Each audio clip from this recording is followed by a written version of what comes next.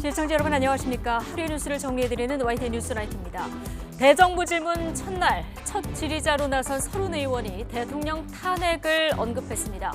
해병대 최상병 사망 사건 수사 외압 의혹과 관련해서 대통령이 직권을 남용했다는 건데 본회의장이 발칵 뒤집혔습니다.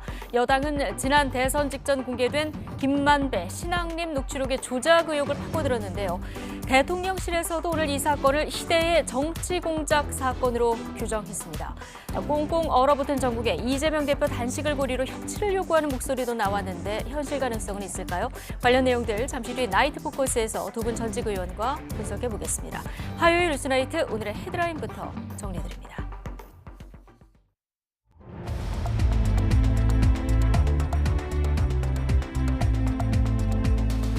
9월 5일 화요일 뉴스나이트 주요 뉴스입니다. 대통령실이 김만배 씨의 허위 인터뷰 의혹과 관련해 희대의 정치 공작이라며 연일 날선 비판을 쏟아내고 있습니다. 이런 가운데 방송통신심의위원회는 관련 보도와 관련한 민원을 긴급심의 안건으로 올리기로 했습니다. 검찰이 천화동인 6호의 실소유주 조우영 씨를 조사하는 과정에서 이 김만배 씨의 허위 인터뷰 관련 지수를 다수 확보했습니다. 김 씨는 인터뷰 직후 나중에 의혹이 사실이 아니라고 해도 문제되지 않을 거란 취지로 말한 것으로 파악됐습니다. 윤석열 대통령이 아세안 관련 정상회의가 열리는 인도네시아 자카르타에 도착했습니다. 내일 한 아세안 정상회의 등에 참석해 북한 핵미사일 도발에 맞서기 위한 공조를 강조할 예정입니다. 지난달 소비자 물가 상승률이 석 달 만에 다시 3%대로 올라갔습니다. 추석을 앞두고 사과와 배 가격 강세에 정부는 물량 조기 출하를 유도하기로 했습니다.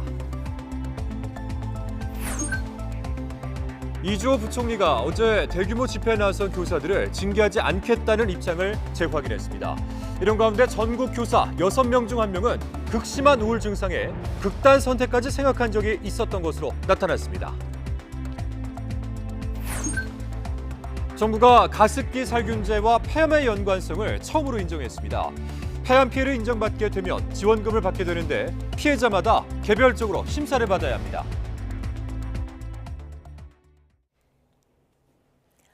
화천대유 대주주 김만배 씨의 대장동 허위 인터뷰 의혹에 대해서 대통령실이 윤석열 당시 후보의 낙선을 위한 대선 공작 사건이라고 규정했습니다.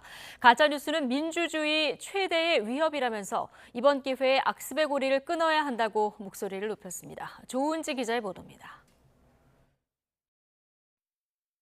문제의 인터뷰가 공개된 건 대통령 선거를 사흘 앞둔 지난해 3월 6일입니다. 지난 2011년 부산저축은행 불법 대출 수사 당시 대검 중수부 과장이던 윤석열 후보가 대장동 브로커가 무혐의를 받게끔 이른바 봐주기 수사를 했다는 내용입니다. 커피 한 잔 주면서 너는 얘기 다 들었어. 그렇지 가 인마 이러면서 보내드래. 보냈지. 그냥 봐줬지. 그러고서 부산저축은행 회장만 꼬링시키고. 대선 6개월 전 나눴다는 이 생생한 녹취가 공개되면서 윤석열 당시 후보는 대선 전날 마지막 유세에서도 대장동 딱 한 가지만 말하겠다며 목청을 높였습니다. 도시개발 사업한다고 3억 5천만 원 들고 간 김만배 일당이 8,500억을 챙겨 나왔습니다. 이 돈 누구 돈입니까, 여러분? 청렴한 사람은 부패한 사람 경멸합니다. 최근 검찰 수사 과정에서 녹취를 제공한 신앙림 전 언론노조 위원장이 김만배 씨에게 1억 6,500만 원을 받은 게 드러났고 거짓 인터뷰의 대가라고 의심받고 있습니다. 대통령실은 이를 윤석열 후보 낙선을 위한 희대의 정치 공작이라고 정의했습니다. 대장동 주범과 언노련 위원장 출신이 합작해 사실을 날조했다며 김대업 정치 공작의 계보를 이었다고 비판했습니다. 그러면서 정치 공작과 가짜뉴스는 민심을 왜곡하고 선거제도를 무용지물로 만드는 민주주의 최대 위협 요인이라면서 이번 기회에 악습의 고리를 끊어야 한다고 강조했습니다. 언론 책임도 물었습니다. 대통령실은 일부 언론이 가짜뉴스를 집중적으로 실어나르며 결과적으로 기획된 정치 공작의 대형 스피커 역할을 했다고 지적했습니다. 충분한 확인, 검증을 거쳐 공익적 목적으로 보도 가치를 검토하는 게 언론의 정도이자 상식이라면서 비윤리적 보도의 이유가 뭔지, 지금 입장도 당시와 같은지 명확히 해명해야 한다고 비판했습니다. 대통령실 성명은 다자 외교 무대에 나서는 윤 대통령의 출국을 2시간 앞두고 나왔습니다. 그만큼 사안이 심각하고 중대하다고 판단한 것으로 풀이됩니다. YTN 조은지입니다. 대선 사흘 전 공개된 김만배 신앙림 녹취가 거짓이었음을 뒷받침하는 정황이 또 포착됐습니다. 허위 인터뷰 직후 김 씨가 나중에 사실이 아니라고 하면 된다고 했다는 관계자 진술이 나왔는데 검찰은 김 씨 구속을 연장해서 의혹의 전모를 규명할 방침입니다. 김혜린 기자입니다.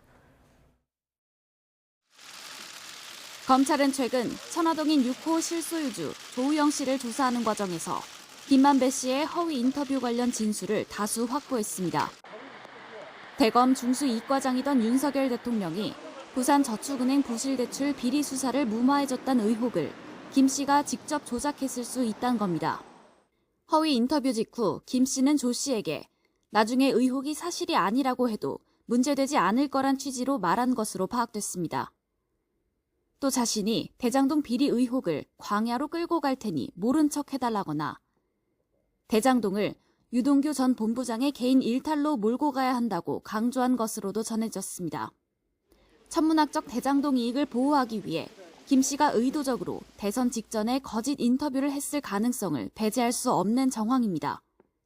김 씨가 신앙림 전 언론노조 위원장과 인터뷰를 통해 제기한 윤 대통령의 수사 무마 의혹은 대선 당시 야권의 주요 공세 수단으로 쓰였습니다. 저축은행 비리 수사 봐줬지 않습니까? 조우영한테 커피는 왜 사주셨어요? 왜 타주셨어요? 검찰 관계자는 김 씨가 대선 직전 허위 사실을 공표해 명백히 선거법을 위반한 사건이지만 6개월인 선거법 단기 공소시효 탓에 김 씨에게 명예훼손 혐의를 적용하는 방안을 검토하고 있다고 밝혔습니다. 검찰은 김 씨가 대장동 수사 확대를 차단할 목적으로 사실상 대선에 개입한 것으로 보고 철저히 수사할 방침입니다. 모레 구속기한이 만료되는 김 씨의 신병 확보를 위해 검찰은 지난 1일 횡령과 이해충돌 방지법 위반 혐의로 추가 구속영장을 발부해달라고 재판부에 요청했습니다. 허위 인터뷰 의혹에 대한 증거 인멸 가능성을 방지하려는 건데 김 씨의 구속 연장 여부는 이르면 내일 결정됩니다. YTN 김혜린입니다. 한동훈 법무부 장관은 김만배 씨의 허위 인터뷰 의혹에 관해서 선거 공작이 실제로 있었으면 중대 범죄라며 검찰이 투명하게 수사해 엄정하게 책임을 물을 거라고 말했습니다. 한 장관은 오늘 국회 대정부 질문에서 국민의힘 권성동 의원의 질의에 이같이 답했습니다. 이어 이번 사안 자체로 말할 건 아니지만 이런 가짜뉴스 유포라던가 선거 공작 같은 것이 흐지부지 되도록 처벌받지 않고 넘어가니까 정치 경제적으로 남는 장사가 되고 반복된다고 덧붙였습니다. 정기국회 대정부 질문 첫날 정치권은 역사관 등 이념 문제와 오염수, 해병대원 순직 사건 수사 등을 놓고 설전을 벌였습니다. 특히 야당 일각에선 대통령 탄핵 가능성까지 언급하면서 비판 수위를 높였는데 여당은 강하게 반발했습니다. 박광렬 기자입니다. 정치 분야 대정부 질문에선 홍범도 장군 흉상 이전 등 이른바 이념 논쟁이 여야 공방에 불을 지폈습니다. 이 정부 행보를 극우 뉴라이트에 비유한 야당과 육군 사관생도 양성이란 특수성을 고려해야 한다는 여당이 팽팽히 맞섰습니다. 반사회, 선전성동 세력 이런 이야기는 옛날에 박정희 유신시대나 전두환 군부시대 때 듣는 소리였지 않았습니까? 독립투사에 대해 인정은 된다고 하지만 1927년에 공산당을 입당해서 그런데 어떻게 우리 육군사관학교가 홍범도 장군의 흉상을 그 안에 존치할 수가 있겠습니까? 지난달 말 방류를 시작한 일본 원전 오염수 문제도 뜨거운 감자였습니다.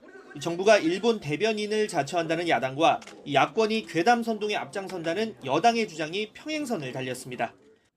윤석열 대통령은 일본의 용산 총독자리를 포기하고 민주공화국, 대한민국의 대통령으로 돌아와야 합니다. 2008년 강우병 괴담, 2010년 천안함 괴담, 2017년 사드 괴담으로 재미를 보더니 이제 후쿠시마 오염수 처리수에 대한 괴담을 선전선동하고 있습니다. 이 양측의 극한 대치에 탄핵이란 두 글자는 기름을 부었습니다. 이 수해 복구 작업 중 순직한 해병대원 사건 조사와 관련해 이 대통령실 외압 가능성을 제기한 야당 의원이 이 대통령 탄핵 가능성까지 거론한 겁니다. 직권 남용이 분명하고 대통령이 법 위반한 것이 분명한 사실입니다. 법 위반하면 결과는 어떻게 됩니까? 의원님 말씀하신 대로 많은 국민은 그렇게 생각하고 계시지 않습니다. 탄핵 갈 수 있는 소지가 충분히 있다는 말씀 분명히 드립니다. 이 대통령이 법률을 위반했을 때 국회가 탄핵 절차에 들어갈 수 있다는 헌법 규정을 들어 공세에 나선 건데 이 본회의장은 순식간에 아수라장으로 변했습니다. 이 발언을 취소하라는 여당 의원들의 항의가 빗발쳤고 경청해 주셔서 고맙습니다. 이 급기야 김진표 국회의장이 양당의 자제를 요청하는 촌극이 펼쳐졌습니다. 국민들이 이 발언하는 사람들의 말을 못 듣게 방해하고 있어요. 초등학교 반상회에 가도 이렇게 시끄럽지는 않습니다. 이번 대정부 질문은 외교안보와 경제, 교육사회 등 분야별로 나눠 오는 8일까지 진행됩니다. 이 쟁점 현안이 산적해 있는 만큼 내년 총선을 앞두고 전국 주도권을 잡으려는 여야의 치열한 신경전이 불가피해 보입니다. YTN 박광렬입니다. 5박 7일 순방에 나선 윤석열 대통령이 아세안 관련 정상회의가 열리는 인도네시아 자카르타에 도착했습니다. 윤 대통령은 내일부터 한아세안 정상회의와 아세안 플러스 한중일 정상회의, 동아시아 정상회의에 차례로 참석해 북한 핵미사일 도발에 맞서기 위한 긴밀한 공조와 협력을 강조할 예정입니다. 윤 대통령은 말레이시아와 필리핀, 캄보디아와 쿡제도 등 다양한 양자회담을 소화하며 부산 세계박람회 유치 총력전에도 나섭니다. 8일 오후에는 인도 뉴델리로 이동해 G20 정상회의를 무대로 기후변화와 에너지 등 인류 당면 과제를 해결하기 위한 우리의 기여 방안을 설명할 계획입니다. 윤석열 대통령은 인도네시아 현지 일간지 콤파스에 실린 서면 인터뷰에서 북한의 미사일 도발과 핵 위협은 아세안 국가들에게도 직접적, 실존적 위협이 되고 있다면서 단합해서 단호하게 대응하자고 말했습니다. 또 우크라이나 전쟁과 북한 위협 등으로 국제 규범이 무시되고 있다고 진단하며 인도 태평양 지역의 평화와 안정은 유럽과 대서양을 넘어 국제사회 전체의 평화와 안정과도 직결되는 문제라고 밝혔습니다. 가습기 살균제가 폐암을 일으킬 수 있다는 과학적 근거가 확인되면서 이 폐암 사망자 1명이 정부로부터 피해를 인정받았습니다. 폐암에 걸린 가습기 살균제 피해자가 200명에 달하는 만큼 앞으로는 이 구제받는 경우가 추가될 것으로 보입니다. 김평정 기자입니다. 이전에 가습기 살균제 피해자로 폐암 환자가 인정된 건 지난 2021년 딱 한 번 있었습니다. 이때는 흡연한 적 없는 20대의 젊은 나이에 폐암에 걸려 가습기 살균제 말고는 원인을 찾을 수 없다는 것이 근거로 작용했습니다. 그러나 이번에는 폐암 발병 원인을 가습기 살균제로만 국한할 수 없는 피해자도 구제 대상으로 인정됐습니다. 가습기 살균제가 폐암을 일으킬 수 있다는 과학적 근거 덕분이었습니다. 그동안 동물과 사람을 대상으로 한 실험에서 가습기 살균제와 폐암 사이에 연관성이 있다는 연구 결과가 잇따라 나왔기 때문입니다. 오랜 기간 동안 피해 인정을 기다려온 분들을 위해서는 폐암 피해 구제를 더 이상 늦출 수 없다는 판단에 많은 위원님들께서 동의하실 것으로 믿습니다. 가습기 살균제 피해 구제를 신청한 사람 가운데 폐암 판정을 받은 경우는 206명에 달합니다. 앞으로 이들도 의학적 검토를 거쳐 피해를 인정받을 길이 열리게 됐습니다. 폐암 피해를 인정받게 되면 생존자는 치료비와 요양비를 받을 수 있고 사망자는 유족 위로금과 장의비 등을 지원받을 수 있습니다. 이때 피해자마다 개별적으로 심사를 받게 되는데 정부는 환경 유전적 요인과 가습기 살균제 가운데 폐암의 원인을 구별할 필요가 있어서라고 설명했습니다. 이에 대해 피해자와 시민단체들은 이미 늦어진 피해 구제가 개별 심사 때문에 다시 수년간 늦춰지게 된다며 간단한 자료 제출로 가능한 신속 심사를 적용해달라고 촉구했습니다. 이번 위원회 회의에서는 폐암 사망자 1명을 포함해 136명의 피해가 인정됐습니다. 이 결정으로 가습기 살균제 구제급여 지급 대상자는 5,176명으로 늘었습니다. YTN 김평정입니다.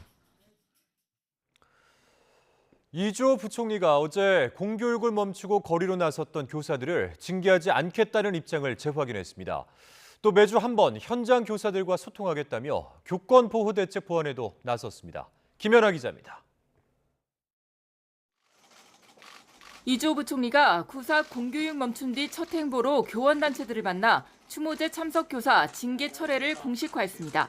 고인을 추모하기 위해 연가, 병가를 사용하신 상황에 대해서는 다른 선택을 생각할 수 없는 절박한 마음이 있었다고 생각합니다. 교육당국이 선생님들을 징계하는 일은 없을 것입니다. 이 부총리는 이어 분열과 갈등보다는 공교육 정상화에 집중하자면서 교사들이 무분별한 아동학대 신고로 위축되지 않게 법무부와 경찰 등 관계부처 TF가 신속 지원하고 교원과 학생, 교사 모두의 학교를 위한 범국민운동을 시작한다고 밝혔습니다. 징계 발언 이후 급격히 악화한 현장 교사들과의 관계 개선에도 나섰습니다. 교권 회복과 함께 교육 정책에 대한 다양한 현장 의견을 경청하기 위해 매주 1회 장관이 직접 현장의 선생님들과 정례적으로 소통드릴 것을 약속드립니다. 교원단체들은 징계 철회를 환영하면서 현장 요구를 반영해 교권 대책을 최대한 빨리 보완해달라고 요구했습니다. 또 구체적인 민원 처리 시스템을 구축하고 특히 사실관계 조사가 필요한 학교 폭력 업무는 교육지원청이나 경찰 등에 이관할 필요가 있다고 지적했습니다. 수업, 생활지도, 상담, 평가 외의 업무는 교육지원청으로 이관하거나 업무를 대폭 축소, 폐지하여 선생님들이 깨어있는 수업을 하고 학생 지도에 전념할 수 있는 여건을 마련해 주십시오. 학교를 사법기관화하고 교사를 사안조사관으로 격화시키는 문제를 해결할 방안을 조속히 마련하여 시행하여야 한다. 교육부가 다시 현장 교사들과 대화하기 시작하면서 교사들도 일단 시간을 갖고 상황을 지켜볼 가능성이 커졌습니다. 다만 확실하게 입법이 될 때까진 주말 집회를 다시 이어가자는 논의도 나오고 있습니다.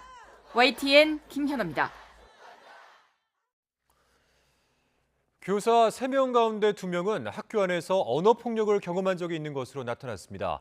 전국교직원 노동조합이 녹색병원과 함께 지난달 16일부터 23일까지 교사 3,500여 명의 응답을 분석한 결과 전체 66.3%가 언어폭력을 경험한 것으로 집계됐습니다.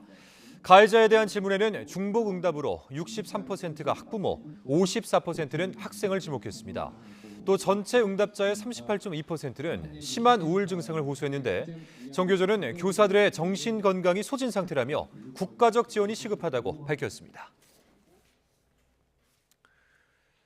광주의 한 고등학교에서 남학생이 여교사를 폭행해 퇴학 처분당했던 사실이 뒤늦게 알려졌습니다.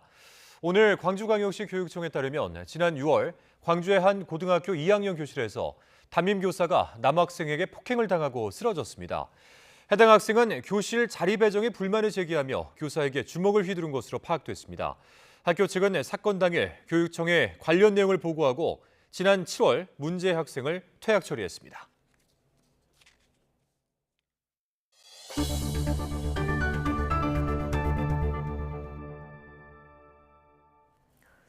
지난달 소비자 물가 상승률이 석 달 만에 다시 3%대로 상승했습니다. 폭염과 폭우 영향으로 과일값이 큰 폭으로 오른 데다 석유류 가격 하락폭이 둔화한 것이 주요 원인입니다. 보도에 이승은 기자입니다. 지난달 소비자 물가 상승률이 1년 전 같은 달보다 3.4% 올라 석 달 만에 다시 3%대로 상승했습니다. 지난 2월부터 둔화한 물가 상승률이 지난 7월 2.3%로 25개월 만에 최저를 기록했지만 1.1%포인트 올라 다시 3%대로 오른 겁니다. 폭염과 폭우 등 이상기후로 농산물 물가가 1년 전보다 5.4% 올라 전체 물가를 0.26%포인트 끌어올렸습니다. 특히 과일 물가가 13.1% 상승해 지난해 1월 이후 가장 큰 폭의 오름세를 기록했습니다. 사과가 30.5%, 복숭아는 23.8%가 올랐습니다. 7월 이후 국제유가 상승이 시차를 두고 국내 가격에 반영돼 1년 전보다 석유류 가격 하락 기여도가 많이 축소됐습니다. 반면에 전기, 가스, 수도료는 21.1% 상승하며 한 달 전과 같은 상승폭을 유지했습니다. 결국 구매 빈도와 지출 비중이 높은 144개 품목으로 구성된 생활 물가 지수는 1년 전보다 3.9% 상승했습니다. 다만 주로 석유류, 농산물 등 일시적 요인에 의해 물가가 상승함에 따라 기조적 물가 흐름을 보여주는 농산물 및 석유류 제외지수, 식료품 및 에너지 제외지수는 각각 지난달과 같은 3.9%, 3.3% 상승률을 보였습니다. 추석이 있는 이번 달에도 물가 상승률은 3%대에 머물 것으로 전망됩니다. 20대 성수품 가격을 작년 대비 5% 이상 낮은 수준으로 유지하도록 관계부처가 함께 농축수산물 가격 수급 상황을 일일 점검하면서 필요한 경우 추가 조치도 신속히 강구하겠습니다. 정부는 다음 달부터는 물가가 다시 안정될 것으로 예상했지만 태풍의 위험이 남아있는 데다 국제 유가도 들썩이고 있어 안심할 수는 없는 상황입니다. YTN 이승은입니다. 추석을 앞두고 사과와 배 가격이 강세를 보이자 정부는 공급을 최대한 앞당기고 수요를 분산해 가격 상승을 억제할 계획입니다. 이번 주 후반부터 사과와 배 공급 물량이 확대될 전망입니다. 보도에 박홍구 기자입니다. 봄철 저온과 서리 피해, 여기에다 수해까지 겹쳐 올해 사과와 배의 작황은 평년 대비 20% 정도가 줄어든 것으로 추산됐습니다. 생산량 감소는 가격 상승으로 이어졌습니다. 사과 도매 가격은 10kg에 84,800원으로 1년 전보다 60% 상승했습니다. 배 도매 가격도 15kg에 56,780원으로 1년 전에 비해 27%가 올랐습니다. 추석 과일 선물의 절대적 비중을 차지하는 사과와 배의 가격이 오르자 농식품부는 물량 조기 출하를 유도하기로 했습니다. 추석 연휴를 3주 앞둔 오는 7일부터 공급량을 본격적으로 늘려 14일부터 20일 사이에 사과와 배 등 추석 성수품의 40%를 집중적으로 공급할 계획입니다. 홍로를 지금 추석 전에 대부분 이제 수확을 저희들이 하려고 하고 있고요. 배의 경우는 조생종 배가 지금 주로 나오고 있고 9월 말 되면 주로 우리가 먹는 신고배가 좀 나올 것 같습니다. 유통업체들과 협의해 사과와 배 선물 수요를 다른 품목으로 분산하는 작업도 추진 중입니다. 지난해보다 값이 내린 한우 선물 세트를 다양화하고 사과량을 줄이는 대신 샤인머스켓 등을 혼합한 과일 세트도 준비하고 있습니다. 샤인머스켓 세트 가격을 최대 20% 인하했고 사과, 배, 샤인머스켓 등의 혼합 물량을 30% 확대했습니다. 이외에도 5년 만에 한우 세트 가격을 최대 10% 인하하여 농식품부는 또 유통업체에 지나친 가격 인상을 자제해달라고 요청하면서 할인 쿠폰 발행 등으로 소비자 부담을 줄이는 데도 주력하고 있습니다. YTN 박홍구입니다. 우리나라 항생제 사용률이 해마다 감소세를 보이지만 소아에게는 여전히 많이 사용하는 것으로 나타났습니다. 또 종합병원보다는 병상수가 적은 일반 병원에서 항생제를 더 많이 쓰고 있었습니다. 김혜은 기자입니다. 코로나19가 지나면서 올 여름에는 독감 환자가 유독 늘었습니다. 요즘 같은 환절기에는 독감이나 감기뿐 아니라 중이염도 많이 발생할 수 있습니다. 이렇게 감기 증상으로 아플 때 대표적으로 찾는 약이 바로 항생제입니다. 복용하면 증상이 빠르게 완화되기 때문에 의사가 처방하지 않더라도 오히려 환자가 요구하는 경우가 있을 정도입니다. 세균 감염이 아닌 경우는 항생제 처방 없이 진통소염제 또는 그냥 이렇게 자기 면역력으로 이겨내는 것을 권유받는 경우도 많거든요. 하지만 너무 본인이 힘드니까 빨리 낫게 해주세요. 이렇게 하다 보면은 어쩔 수 없이 항생제를 처방해 드리는 경우도 있어요. 질병관리청과 대한감염학회가 지난 2018년부터 4년 동안 자료를 분석한 결과 항생제 사용량은 조금씩 줄고 있는 것으로 나타났습니다. 항생제 내성에 대한 사회적 우려가 커지면서 사용을 자제하는 것으로 분석됩니다. 하지만 15세 미만 소아청소년에게는 여전히 성인보다 2배 가까이 많은 항생제를 쓰는 것으로 나타났습니다. 또 중증 환자 때문에 항생제 사용량이 많은 큰 병원보다 오히려 작은 병원일수록 항생제를 더 사용하고 있었습니다.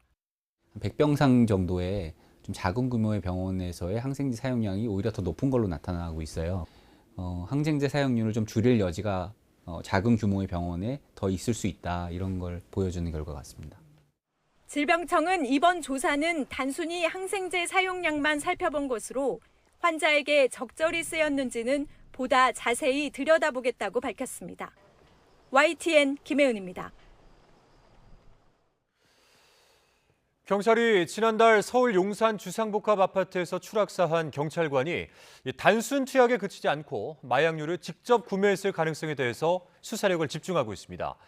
아직은 마약 간이 검사 결과와 참석자들의 진술 등 이러한 정황 증거가 전문돼 국가수 정밀 감정과 휴대전화 포렌식 결과가 관건이 될 전망입니다. 안동준 기자의 보도입니다.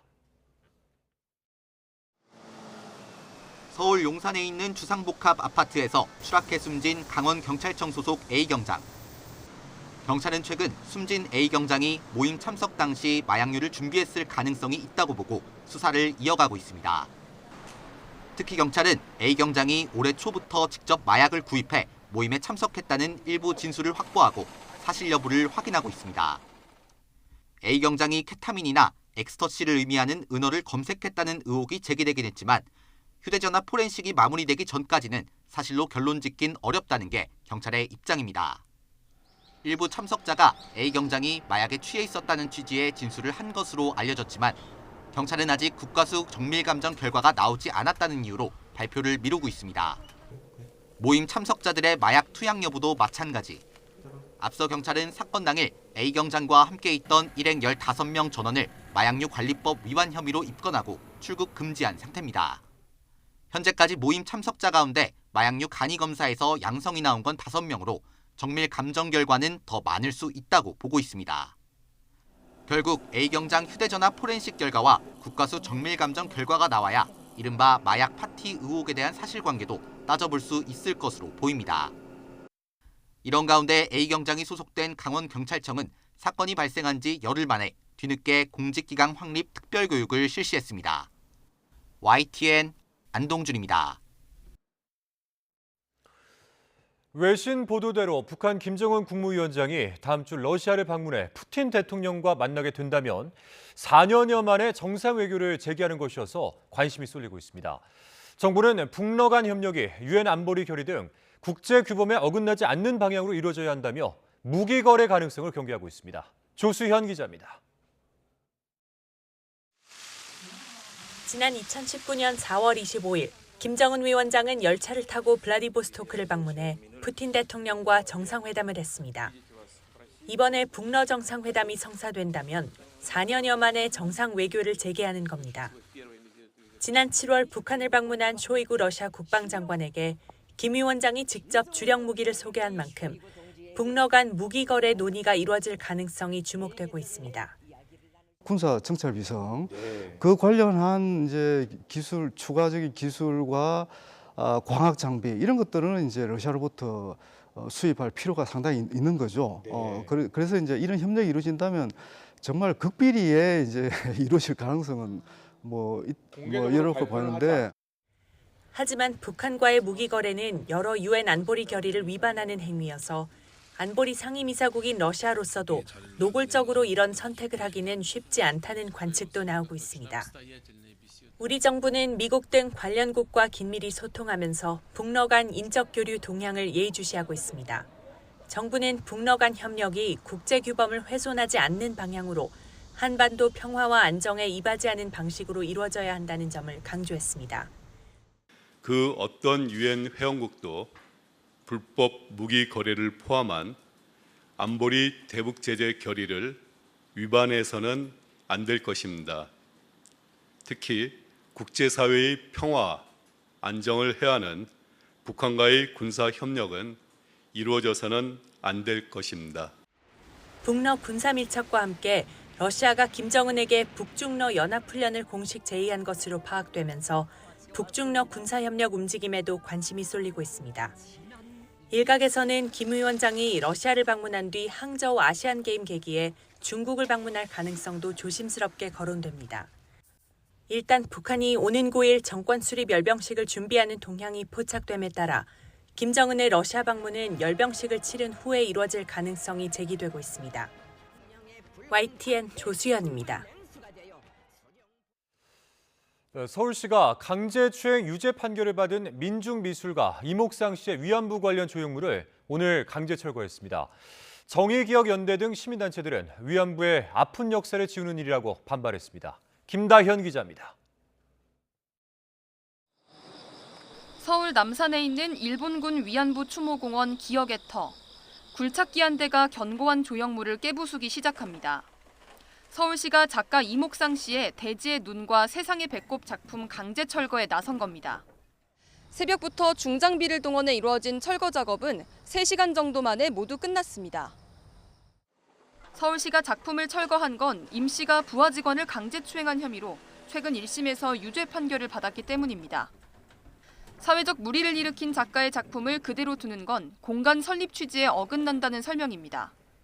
성추행 작가의 작품이 일본군 위안부 할머니들을 기리는 기념의 터에 존치하는 것이 타당하지 않다고 판단했습니다.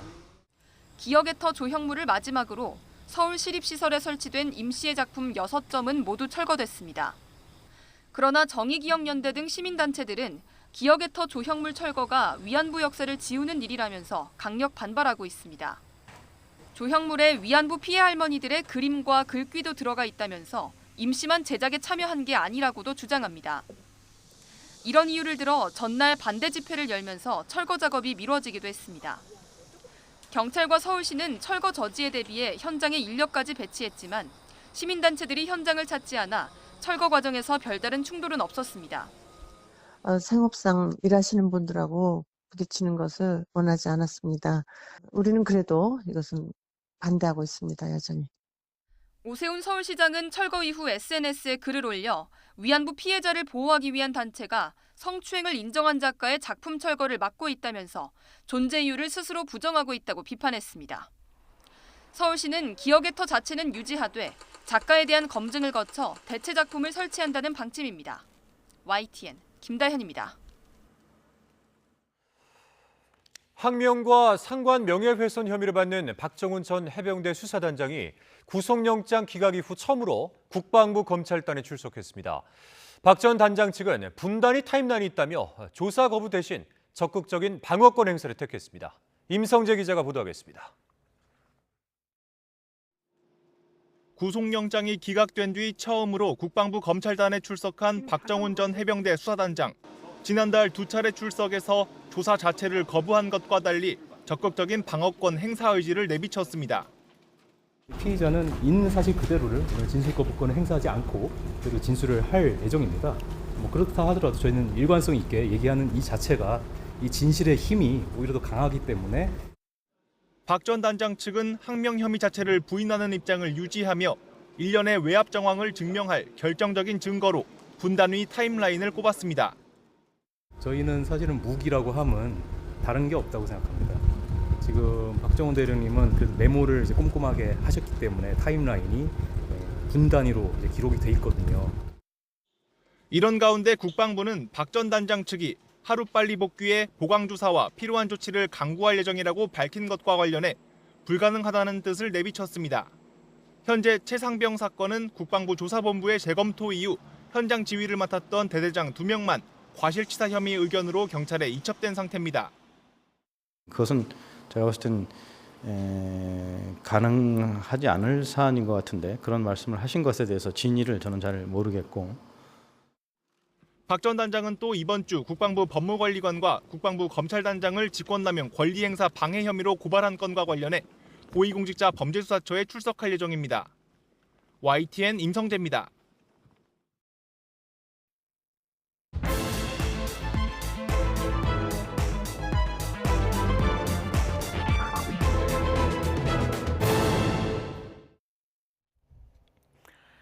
정치권 관심 뉴스를 진단해보는 나이트 포커스. 오늘은 민현주, 신경민 전직 의원 두 분 모셨습니다. 어서 오십시오. 네, 안녕하세요. 안녕하십니까. 네, 이재명 대표 단식 벌써 엿새째입니다. 지금 물하고 소금만 드시면서 이제 버티고 있는 이런 상황인데요. 건강이 어떻다고 좀 전해집니까? 좀 약간 어지럽다 그래요. 약간 어지럽다. 예. 3, 4일째가 굉장히 일차적으로 힘들고요. 그러니까 일주일, 7, 8일 정도 이때가 또 2차 고비가 있어요. 예. 단식이라는 게 정말 힘든 겁니다. 그리고 단식이라는 게 원래는 출퇴근을 하는 게 아니고 밤에 단식하는 자리에서 자는 거거든요. 네.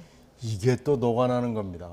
이 밤에 아무리 그 매트리스를 여러 겹 깔고 덮고 그래도요. 이게 말하자면 이슬을 노숙이라고 그러잖아요. 네. 이슬을 받으면서 잠을 잔다는 것이 굉장히 힘듭니다. 그런데 잠은 지금 안 자기 때문에 조금 나을지 모르지만요. 기본적으로 곡기를 끊는다는 것이 어렵고요. 더군다나 당뇨병 환자거든요. 그러면은 당뇨병 환자는 하루만 굶어도 사실은 저혈당으로 생명이 왔다 갔다 합니다. 그런데 지금 이재명 대표가 이번이 두 번째 단식인데 2016년에 할 때도 출퇴근을 했어요.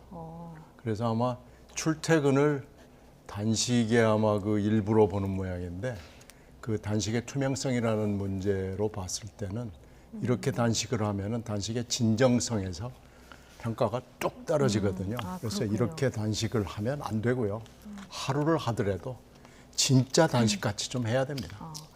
오늘 뭐 SNS에 결국 국민이 승리할 것이기 때문에 지치지 않는다 이런 글도 남겼고 뭐 라이브 방송도 하고 힘드실 텐데 굉장히 적극적으로 지금 움직이는데 계속 이렇게 가기는 좀 어렵지 어려울 않겠습니까? 거예요. 말하기도 힘들고요. 예. 그리고 이제 방문객들이 격려 방문을 하면은 일어나야 되잖아요. 그렇죠. 그것도 힘듭니다. 그러니까 실제로는 지금 이 엄청난 체력 소모가 있는 거고요. 찾아오시는 분들도 많고요. 그러면 이게 그렇게 단식이라는 게 쉬운 게 아니에요. 아마 조금 더 지나면은 손가락 움직이는 것도 귀찮을 겁니다.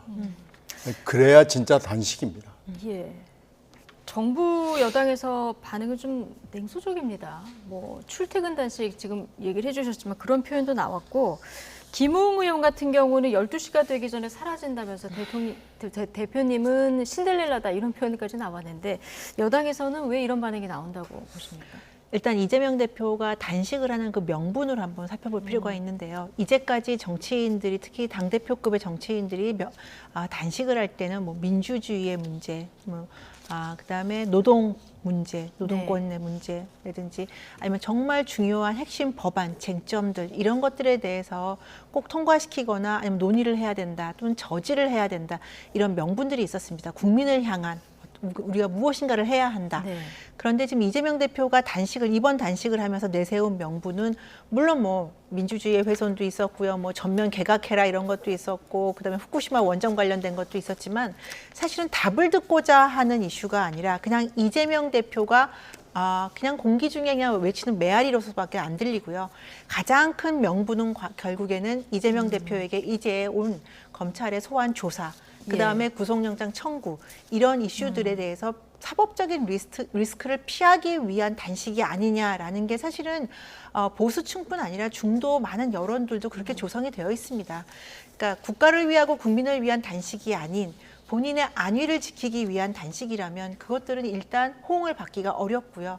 그리고 뭐 좀 저는 사실 작은 문제라고 생각하는데 지금 화면에도 나오지만 보통은 이제 물은 마시죠. 그러니까 생수병에다 마시거나 이제 컵에다 마시는데 이재명 대표는 되게 특이하게 텀블러에 마셨어요. 그러니까 안에 내용물을 볼 수 없기 때문에 명분도 약한데 근데 그 뭔가를 먹는 모습이 보이는데 그건 과연 무엇일까?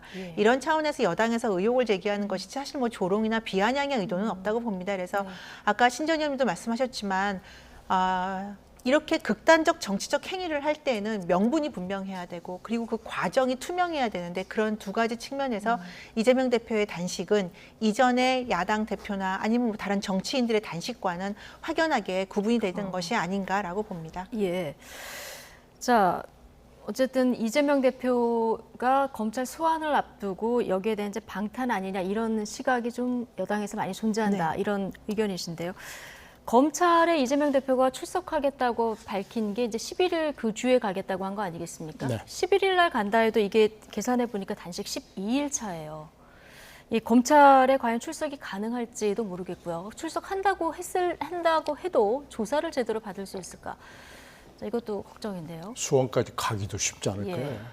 간다고 해도 앉아서 조사를 받을 수 있을까? 매우 의심스럽죠.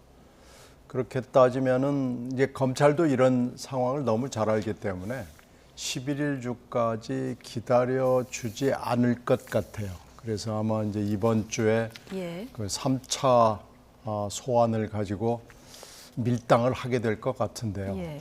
근데 밀당한다고 이재명 대표 측이 또 나간다고 할까요? 이미 11월 주에 가겠다. 더군다나 이제 명분은 대정부 질문이 지금 진행 네. 중이니까요. 이번 금요일까지. 예. 아마 뭐 검찰과 이재명 대표 사이에 밀당이 있겠지만 성사될 가능성이 좀 낮죠. 그렇게 따지면은 검찰로서는 난감할 것이에요. 그러니까. 근데 검찰로서는 지금 2차 소환 불응이라는 명분은 일단 쌓았거든요. 근데 이제 3차 소환 불응이라는 명분을 검찰은 쌓고 싶어 할 거고요. 예. 이재명 대표는 이건 부득이한 사정이다라고 그래서 이 명분을 가지고도 아마 양자가 서로 싸울 것 같기는 해요. 그럼에도 불구하고 이 소환이라는 것이 반드시 필요한 절차냐라는 것을 가지고 아마 검찰 내부에서 토론이 있는 것으로 알고 있고요. 만약 이 토론의 결과로 검찰 소환이라는 것이 반드시 필요 충분한 조건이 아니다라고 결론이 나면은 이재명 대표가 지금 하고 있는 단식이 검찰 소환에 대해서는 무기력하게 될 수도 있고 그래서요. 이게 지금 굉장히 중요한 관전 포인트입니다. 네, 이게 굉장히 중요한 관전 포인트다. 근데 11일 그 주까지 조사를 못 받게 된다고 하면 자, 이게 조사를 사실은 하기가 어려운 상태가 되고요. 네. 그럼 검찰은 뭔가 조사 없이 영장을 청구하거나 아니면 그냥 영장을 청구 안 하고 흐지부지 되거나 이런 상황이 될 수도 있는데 추석 앞두고 이렇게 되면 민심은 어떻게 흐를까요? 이제 이재명 대표 쪽에서 이미 계획했던 게 이 시나리오가 아닌가 싶어요. 그러니까 4일 출석 요구했을 때 2시간만 출석할 수 있다 그랬죠. 다른 행사 일정이 있기 때문에. 그리고 11일 주에 출석하겠다라고 얘기했어요. 근데 앞서서도 말씀드렸지만 31일부터 단식이 시작이 돼서 11일이 되면 12일째가 되거든요. 앞서서 뭐 그때 뭐 새누리당에서 이정현 대표라든지 그 외 김성태 원내대표의 단식 경우를 보더라도 뭐 8일 정도 일주일 전후로 굉장히 심각한 상황에 도달할 수도 있고 그래서 병원에 응급실로도 가기도 했고 그랬어요. 그럼 이재명 대표가 과연 그 고비를 넘겨서 11일 그 주까지 건강한 상태로 검찰에 출석할 수 있겠느냐? 지금 나오는 많은 이제 분석들은 어려울 거다라는 거 아니겠습니까? 그럼 검찰은 제대로 조사를 하지 못할 것이고 제1야당의 정말 압도적인 다수 의석을 가지고 있는 제1야당의 당대표한테 제대로 된 조사 없이 어떤 영장 청구라든지 이런 절차를 밟을 수 있을까? 그래서 이것이 밀리면 추석을 지나고 정기국회 들어가고 국정감사가 되면 사실은 이재명 대표에 대한 수사는 잠정적으로 이게 멈출 수밖에 없는 상황이 되지 않을까라는 우려가 많거든요. 그러면 추석 민심에서는 뭐 민주당 지지층에게는 그런 여론이 있을 수 있겠죠. 민주당 이재명 대표 별 문제 없지 않냐. 그러니까 이런 단식이 이렇게 극단적으로 국민을 위해서 민주당을 위해서 싸운다 이렇게 볼 수도 있겠지만 사실은 다수의 국민들의 입장에서는 법망을 피하기 위해서 본인을 던졌다라고밖에는 평가가 될 수 없기 때문에 이재명 대표가 법의 심판을 조금 조사를 늦게 받을 수 있을지 모르지만 국민의 심판은 더 빠른 시간 내에 받는 경우가 되지 않을까. 그래서 저는 지금이라도 이재명 대표가 단식을 중단하고 좀 몸을 회복한 다음에 빨리 조사를 받고 이 절차를 받는 게 국민들을 위해서 최소한의 제1야당의 대표로서의 해야 할 도리 아닌가라고 봅니다. 네. 자, 단식 농성장에 많은 분들의 발길이 좀 이어지고 있는데 오늘 김진표 국회의장이 이재명 대표를 격려하고자 국회 본청 앞 농성장을 또 찾았습니다. 자, 두 분이 어떤 대화를 나눴는지 잠시 듣고 오시겠습니다. 어려운 걸음 하셨네요. 죄송합니다. 근데 모든 게 다 순리대로 잘 풀려야 되는데 국회를 순리대로 못 가게 해서 이 대표님이 여기 앉은 것 같아서 저한테도 책임감이 좀 있습니다. 네, 그 말씀. 네, 건강하셔야 하는데 이게 소금인가요? 네. 소금이 아직은 맛이 있습니다. 조금 지나면 좀 이렇게 구역이 날 텐데. 날이 너무 덥고 습해서 습하면 더 견디기 힘드시죠? 뭐 더운 거야 견디면 되는데 이게 너무 미래도 암울하고 이 정치가 사라지는 것 같아요. 대화하고 상대를 인정해야 되는데 이거 완전히 제거하려고 하니까요. 상대를 인정해야 되는데 제거하려고 하니까 너무 암울하다. 자, 이재명 대표 이 얘기까지 듣고 오셨는데 자, 김진표 의장이 단식 투쟁에 대해서 좀 걱정을 하는 얘기도 많이 하면서도 또 오늘 법안 단독 처리를 좀 자제해달라 이런 요청을 또 했다고 그래요. 뭐 입법부 수장으로서는 할 수 있는 얘기죠. 예. 근데 뭐 지금 대통령은 또 거부권을 남용한다는 또 지적을 한쪽에서는 하고 있기 때문에요. 예. 아, 이거 지금 뭐 국회가 오르냐, 행정부가 오르냐, 이거 참 논란을 벌이기도 좀 쑥스러운 상황이 돼 있어가지고요. 이 사태를 지금 풀 수 있는 방법이 현재로서는 없어 보입니다. 예. 그래서 뭐 지금 이재명 대표가 여러 가지 좋은 얘기는 많이 했는데요. 이걸 지금 풀어야 될 굉장히 중요한 사람이 이재명 대표고 국회의장이고 대통령이고 그렇거든요. 사실 이 정도 되면은 다 모여서 한 번은 얘기를 할 필요는 있을 것 같아요. 예. 근데 지금 이게 요원해 보이고 거의 불가능한 차원이고 지금 여기에 단식까지 지금 하고 있고 이 단식을 하고 있는 사람이 또 대표인데 대표는 또 수사를 받고 있는 상황이고 이래가지고 풀 수 있는 묘안이 없어 보입니다. 너무 어려운 상황. 네. 예.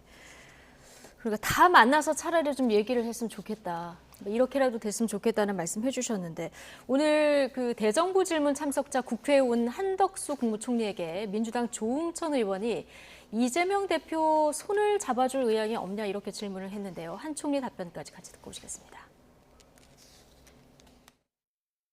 지금 이재명 대표 단식 6일 차입니다.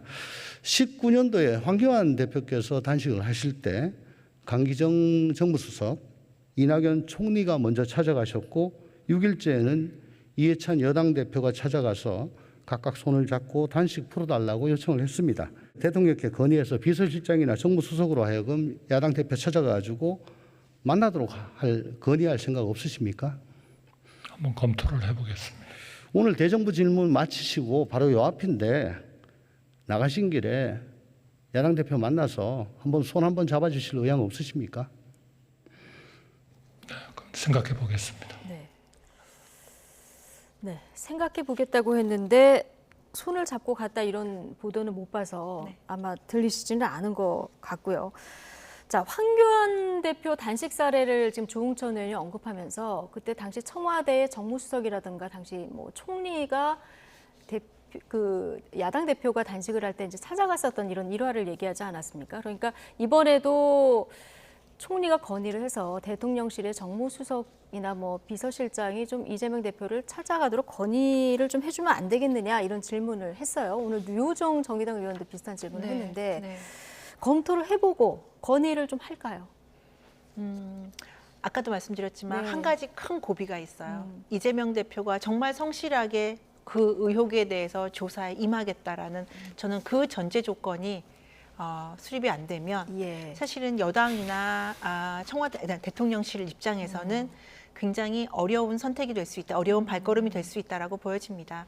이재명 앞서서 뭐 그 당시에 황교안 전 대표가 단식했을 때 이제 청와대에서 나와서 많이 위로를 했다라고 얘기를 하는데 그 당시에 황교안 대표가 단식을 했던 것이 본인의 사법 리스크를 피하기 위한 그런 단식은 아니었기 때문에 뭐 일정 정도의 그런 어떤 정도의 제스처는 있었을 거라고 보여지고요. 근데 지금의 이재명 대표의 단식은 사실은 누가 봐도 본인의 사법 리스크의 문제가 가장 크다고밖에는 볼 수 없거든요. 쟁점이 되는 법안이 있는 것도 아니에요. 그리고 지금 여당이나 아니면 용산에서 어떤 폭주가 있었던 것도 아니고 법적으로 입법 문제에서 그런데도 불구하고 이재명 대표가 이런 단식을 하는데 단지 대통령실에서 또는 여당 지도부에서 나가서 이재명 대표와 손을 잡는다면 이재명 대표가 이재명 대표에게 사법 관련된 면죄부를 주는 것이 아니냐라는 생각밖에 들 수 없고요.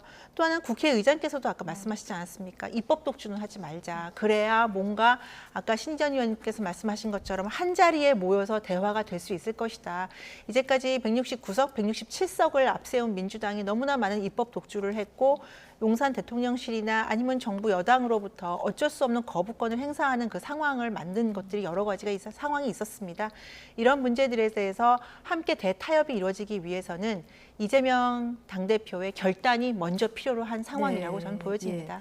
지금 단식으로 수사를 회피하는 모습으로 비치는 이것이 하나의 큰 걸림돌이다 이런 얘기신데 그렇다면 만약에 이재명 대표가 단식을 풀고 내가 수사 내일이라도 받고 그럴 테니 좀 만남을 갖자 이렇게 했을 때는 성사될 가능성이 있을까요? 글쎄요. 저는 뭐 일단 네.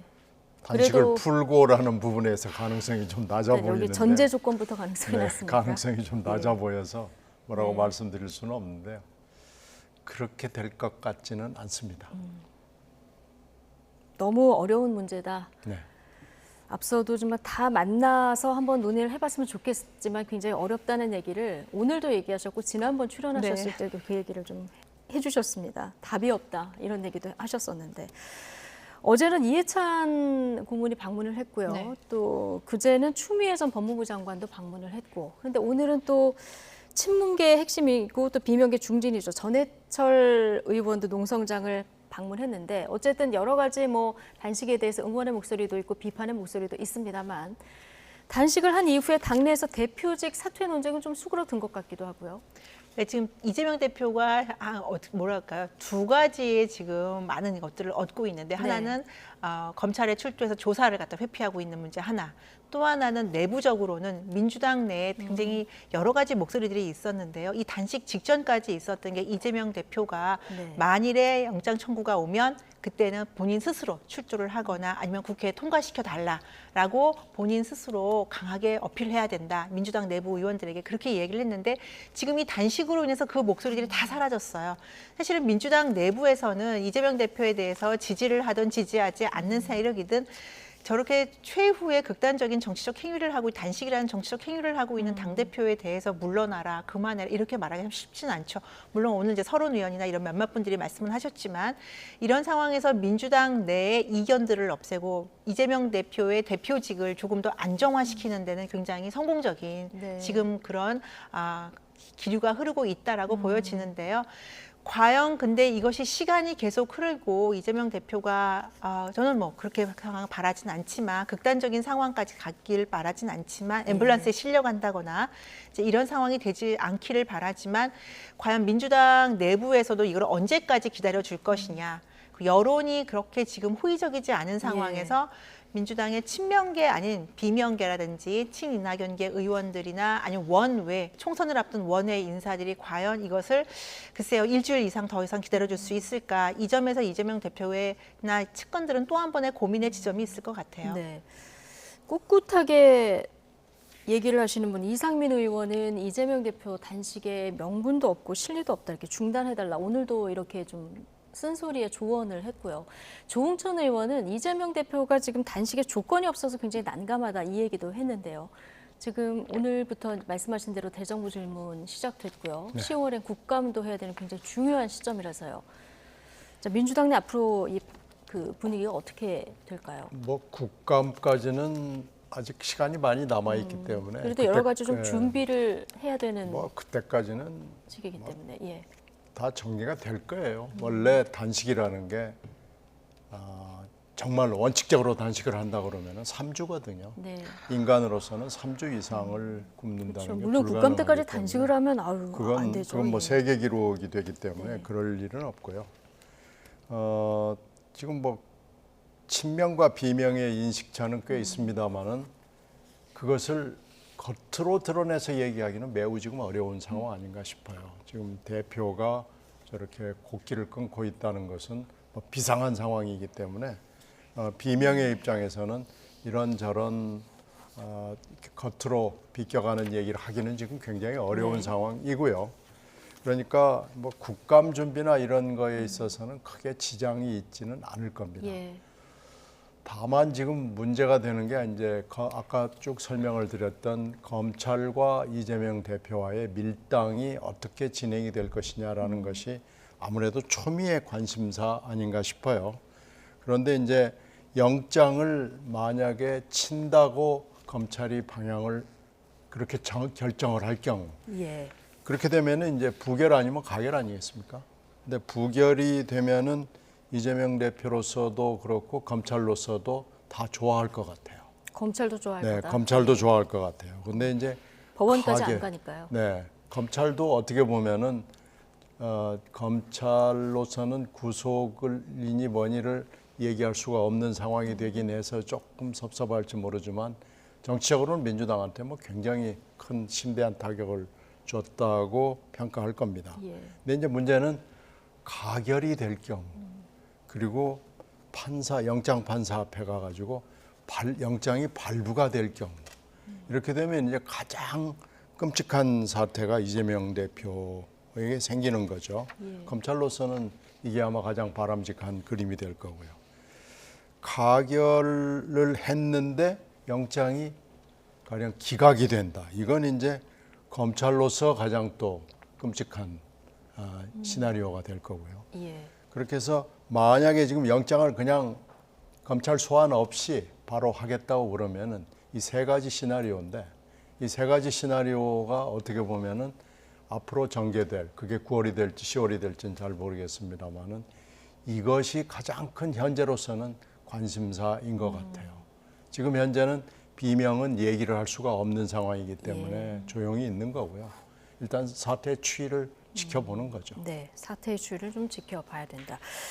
자, 오늘 국회 대정부 질문 첫날이었는데요. 관련 얘기들 지금부터 좀 본격적으로 해보겠습니다. 오늘 첫 질의자로 민주당 서른 의원이 나섰는데요. 윤석열 대통령의 탄핵 가능성을 언급해서 국회에서 고성이 오갔습니다. 주요 발언 듣고 오시겠습니다. 직권 남용이 분명하고 대통령이 법 위반한 것이 분명한 사실입니다. 법 위반하면 결과는 어떻게 됩니까? 의원님 말씀하신 대로 많은 국민은 그렇게 생각하고 계시지 않습니다. 탄핵 갈 수 있는 소지가 충분히 있다는 말씀 분명히 드립니다. 발언은 본 의원이 하고 있습니다. 조용히 하십시오. 윤석열 정권은 1년 4개월 동안 7일 본색, 극우 뉴라이트 본색, 문학과 독선 본색이 고스란히 드러나는 폭구만 저질렀습니다.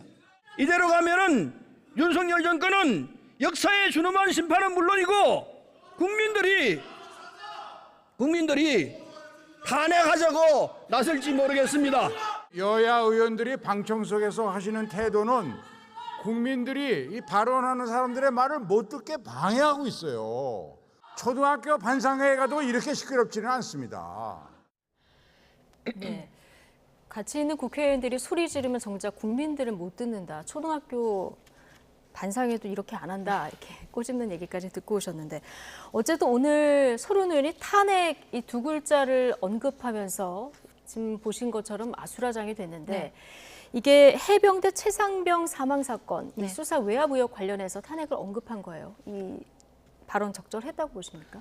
저는 서른 의원이 굉장히 큰 실수를 했고요. 앞으로 이제 국민의힘에서 어떤 대응을 할지 모르겠지만 정말 법적인 책임을 져야 될 수도 있는 상황이다라고 저는 보여집니다. 왜냐하면 직권남용이 분명하고 네. 대통령이 법을 위반한 것이 분명한 사실이다라고 했어요. 예. 그러니까 뭐 비판을 할 때 그런 의혹이 있다, 이런 의구심이 있다, 이런 용어는 쓸 수 있지만 네. 사실이다, 분명하다 그랬습니다.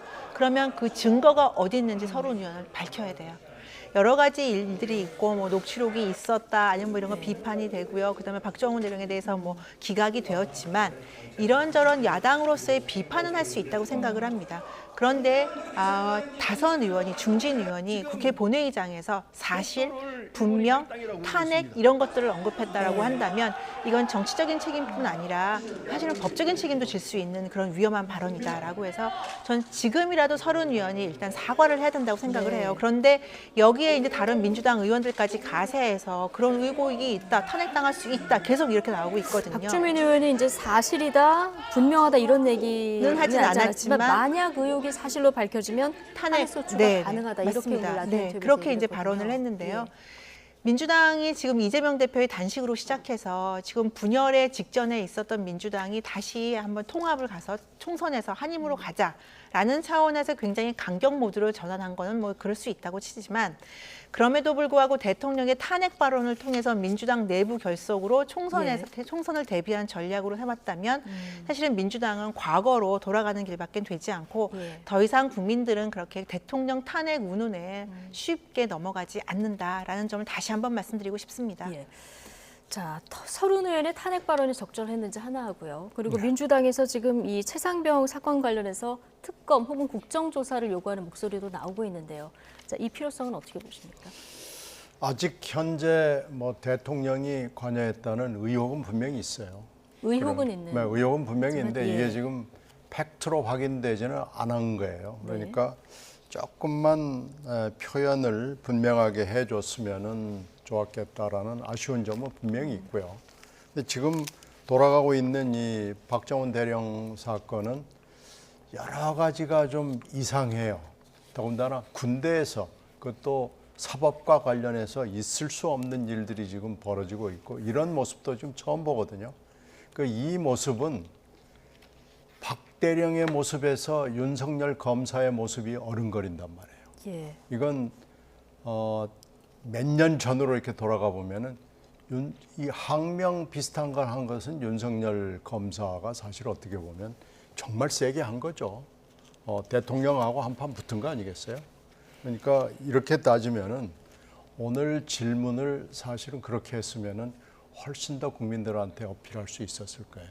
박정훈 대령에게서 윤석열 검사의 모습이 뚜렷하게 보이기 시작한다. 이걸 지금 어떻게 책임지려고 그러느냐라고 아마 그렇게 추궁에 들어갔으면은 국힘도 그렇고요. 용산의 대통령실도 할 말이 별로 없을 겁니다. 근데 이게 좀 너무 이게 확정적으로 얘기를 했다는 아쉬운 점이 있어요. 발언을 좀 너무 확정적으로 한 부분이 전략적인 아직 미스였다. 아직 이런. 분명하게 사실로 확인된 건 아니고요. 박정훈 대령이 하는 얘기나 여러 가지를 판단해 보면 이건 분명히 뭔가는 있고요. 그것이 대통령실의 누군지 아니면 대통령 본인인지 지금 헷갈리고 있거든요. 네. 이것은 수사를 통해서 밝혀지든지 아니면은 뭔가 다른 상황이 전개가 돼야 될 거고요. 지금 군부의 사법 체계로는 이 팩트에 접근하기가 좀 어려워 보여요. 그래서 일반 사법 체계로 바로 돌리든지 특검으로 가든지 국조를 하든지 뭔가 지금 특단의 조치가 필요해 보이는 순간이고요. 군대 내 사법 체계로 어디까지 갈 수 있을지가 매우 의심스러운 상황이고요. 영장이 기각된 것만 해도 군대 내 그 사법 체계가 아주 완전히 마비된 건 아니다라는 느낌은 줍니다. 그러나 아직 군대 사법 체계가 신뢰를 줄 수 있는 수준이다라고 국민들한테 납득하기는 좀 어려워 보입니다. 네. 오늘 야당이 최상병 사건에 집중을 했다고 하면 여당은 최근에 김만배 신앙님 그 녹취록 이 허위 의혹이 지금 불거지고 있는데 여기에 좀 공세를 집중하는 모습이었는데요. 오늘 대통령실에서도 윤석열 당시 대선 후보의 낙선을 위한 희대의 대선 정치 공작이다 이렇게 강하게 비판을 했거든요. 어떻게 보셨습니까? 이 일련의 일들? 그 대선 당시에 아마 윤석열 대통령 후보와 그다음에 이재명 후보 간의 그 TV 토론 딱 투샷으로 잡혔던 TV 토론을 기억하시는 분들이 아마 많으실 거예요. 그 당시에 이재명 대표가 굉장히 자신 있게 윤석열 대통령 후보를 향해서 사실 이 몸통은 윤석열 후보다라고 얘기하고 뭐 직전에 그렇죠, 직전이었죠. 그리고 굉장히 친분인 관계가 있었고 대출 의혹에서 윤석열 후보가 뭔가 굉장히 깊숙이 관여된 것처럼 그리고 그것이 사실이고 몸통이다라고 외쳤던 그 기억을 아마 많은 국민들께서는 기억 속에 가지고 계실 겁니다. 그런데 그것들이 모두 다 굉장히 치밀하게 계획된 조작이었다라는 것이 사실은 이번 사건으로 밝혀진 거거든요.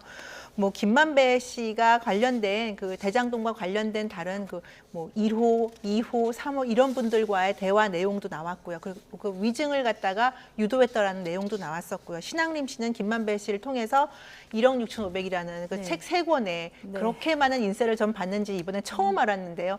이런 경우도 나와서 이거는 단순히 뭐 선거 사범이라든지 비리, 뭐 청탁의 문제가 아니라 정말 철저한 진상 규명을 통해서 이렇게 민주주의의 근간을 파괴하려는 행위들에 대해서는 정말 발본색원해야 된다. 정말 바로 잡아야 된다라고 생각을 합니다. 그래서 이 부분은 오늘 이제 뭐 대정부질에서 나왔고 한동훈 법무부 장관도 언급했지만 정말 제대로 된 수사를 통해서 밝혀져야 된다. 그러면 사실은 이 문제뿐 허위 인터뷰와 조작 인터뷰 그래서 그거를 정치적으로 활용한 것뿐 아니라 대장동 관련된 문제 추사에도 사실은 전 탄력을 받을 수 있다라고 보여집니다. 지금 보고 계신 저 책 3권을 1억 6,500만 원에 김만배 씨가 샀다는 의혹 때문에 좀 국민들 눈높이에선 좀 그럴 수 있는지 좀 수상한 것도 사실이었는데 여기에 더해서 김만배 씨가 이게 거짓으로 인터뷰했다 이걸 좀 뒷받침할 만한 정황이 나왔는데요. 나중에 대선 끝나고 아니라고 하면 된다. 형이 광야로 끌고 갈 거다. 이게 그러니까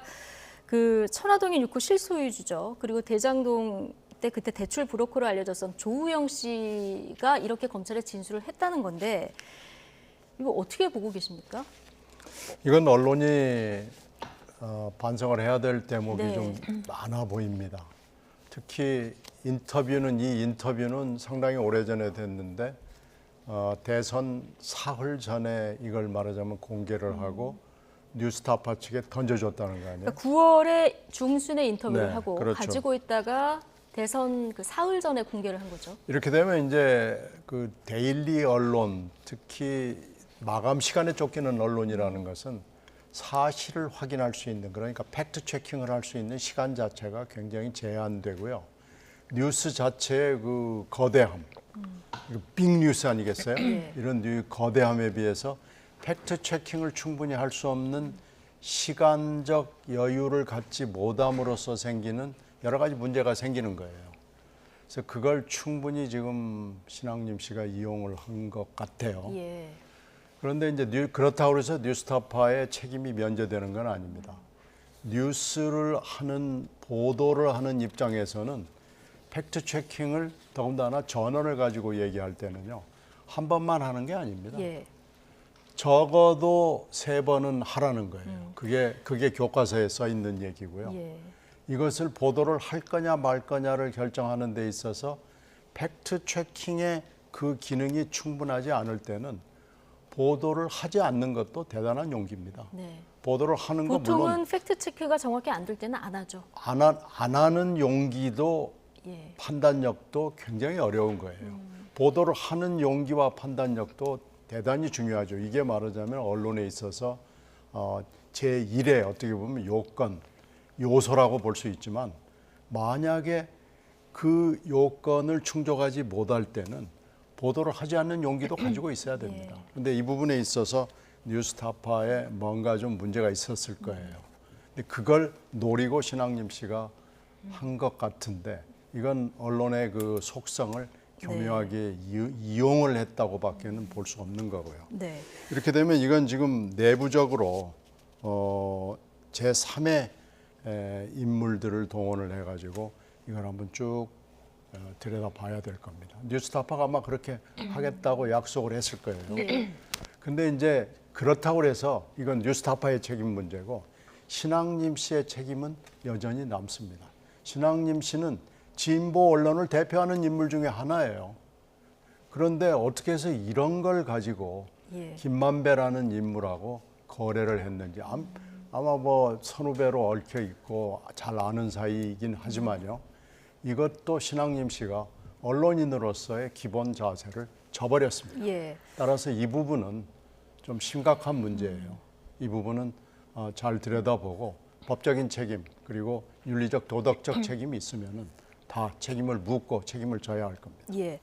어쨌든 형이 광야로 끌고 갈 테니까 모른 척하고 있어라. 이거 유동규 개인 일탈로 몰고 가야 된다. 네. 이렇게 김만배 씨가 얘기했다고 하는 것은 지금 조우영 씨의 진술이기 때문에 좀 더 그 수사가 필요한 부분이긴 한데 어쨌든 의혹이 사실이라고 하면 이걸 김만배 씨가 혼자 이 일을 꾸몄을까 뭐 이런 시선도 있더라고요.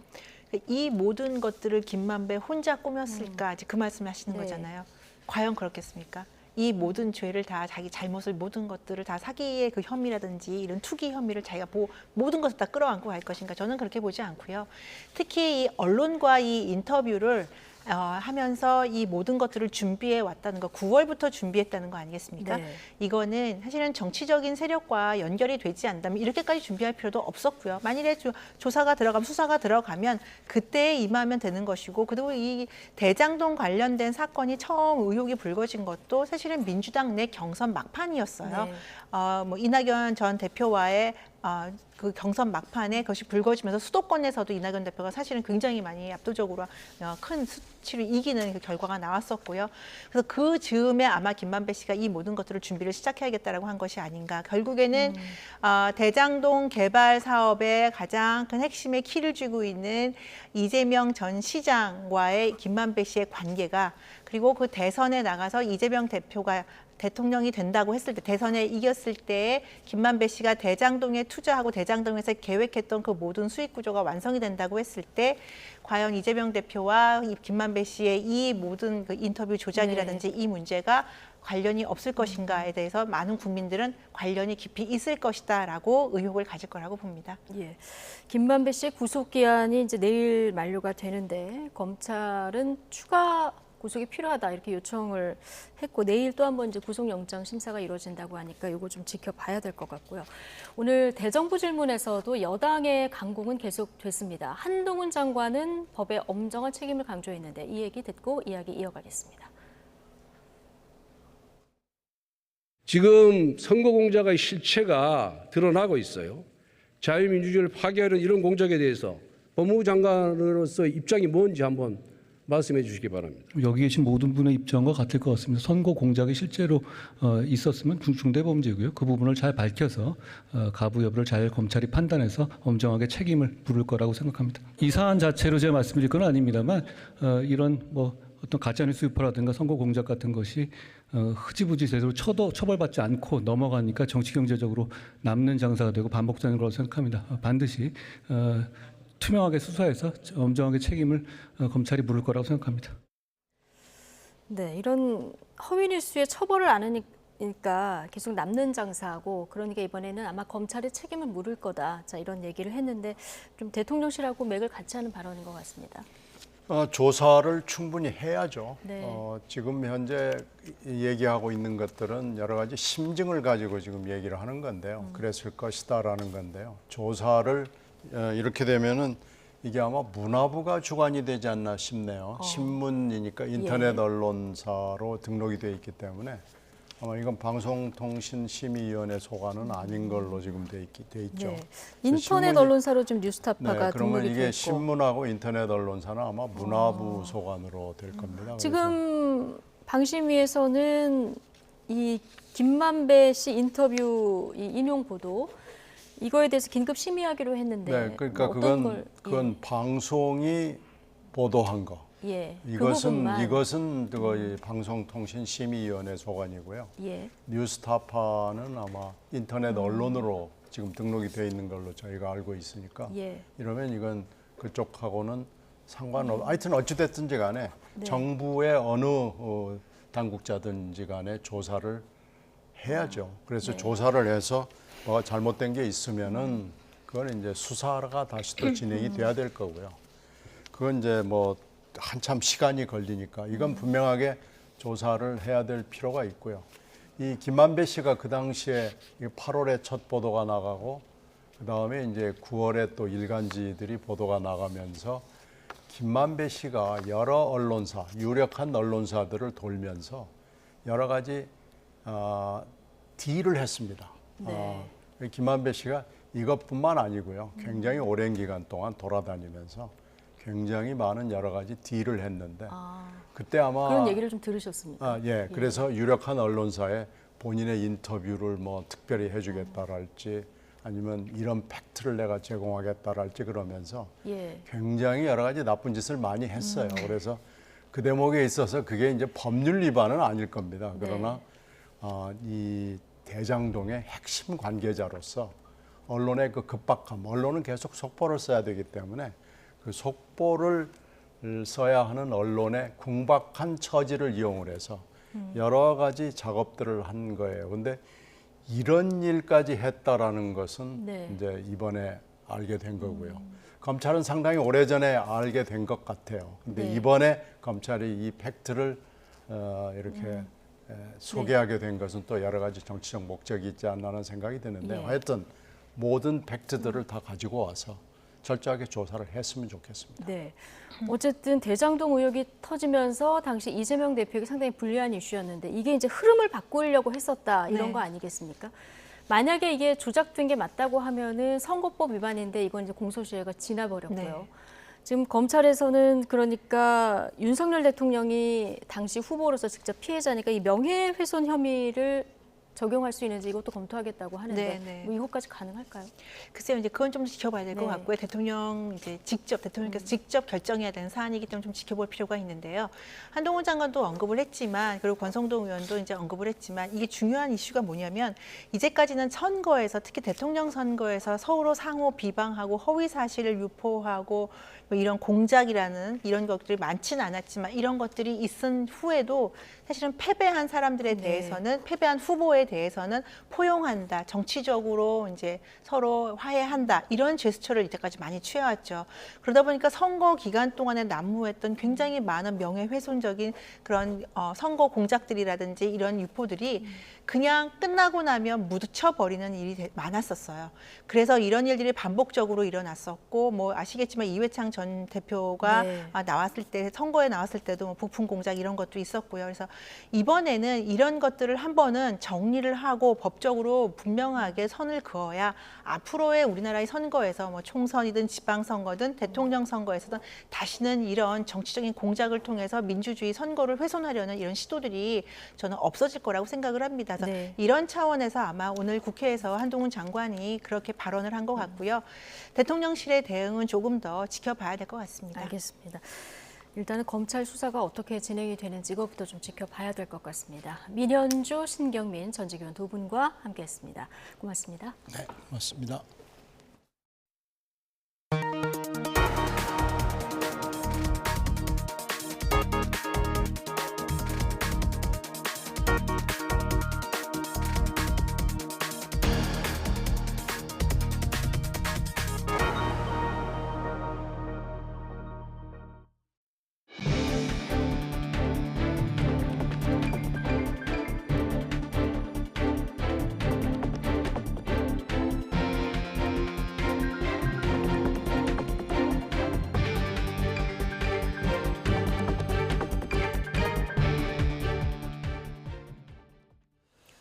오박 7일 순방에 나선 윤석열 대통령이 아세안 관련 정상회의가 열리는 인도네시아 자카르타에 도착했습니다.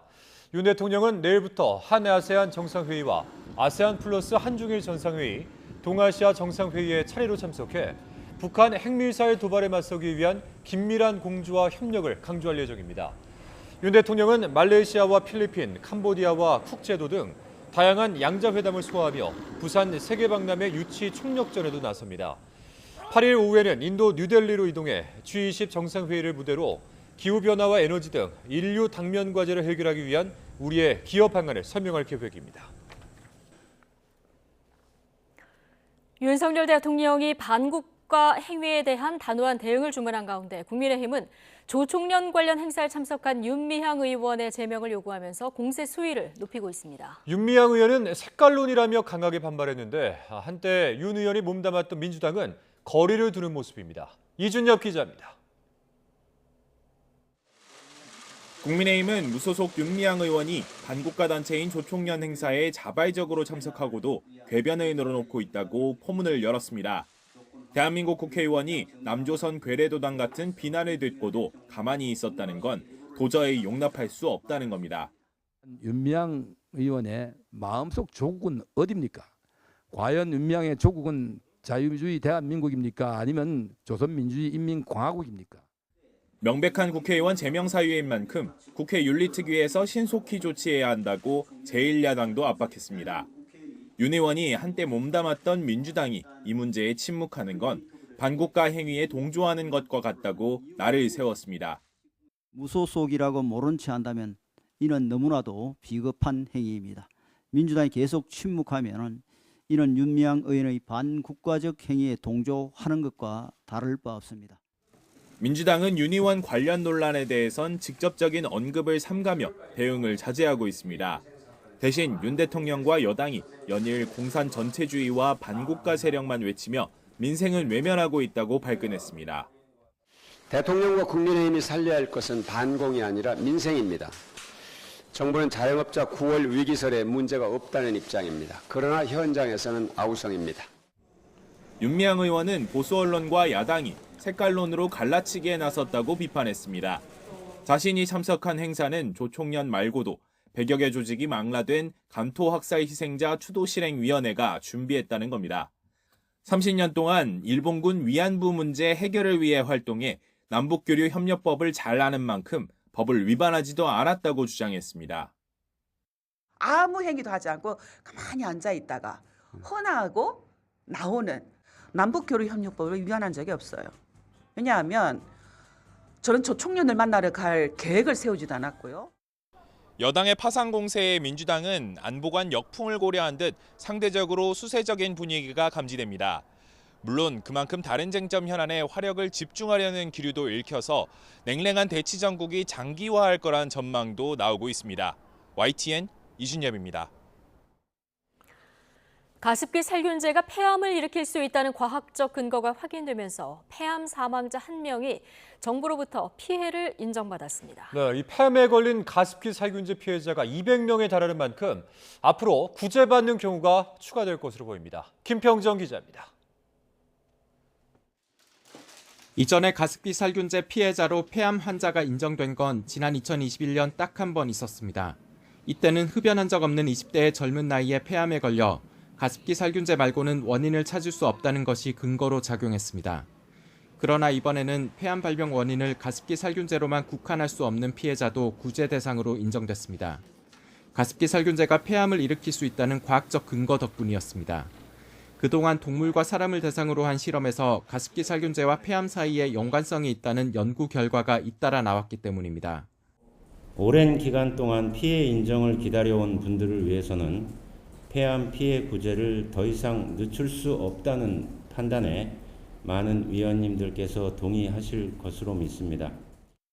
가습기 살균제 피해 구제를 신청한 사람 가운데 폐암 판정을 받은 경우는 206명에 달합니다. 앞으로 이들도 의학적 검토를 거쳐 피해를 인정받을 길이 열리게 됐습니다. 폐암 피해를 인정받게 되면 생존자는 치료비와 요양비를 받을 수 있고 사망자는 유족 위로금과 장의비 등을 지원받을 수 있습니다. 이때 피해자마다 개별적으로 심사를 받게 되는데 정부는 환경 유전적 요인과 가습기 살균제 가운데 폐암의 원인을 구별할 필요가 있어서라고 설명했습니다. 이에 대해 피해자와 시민단체들은 이미 늦어진 피해 구제가 개별 심사 때문에 다시 수년간 늦춰지게 된다며 간단한 자료 제출로 가능한 신속 심사를 적용해달라고 촉구했습니다. 이번 위원회 회의에서는 폐암 사망자 1명을 포함해 136명의 피해가 인정됐습니다. 이 결정으로 가습기 살균제 구제급여 지급 대상자는 5,176명으로 늘었습니다. YTN 김평정입니다.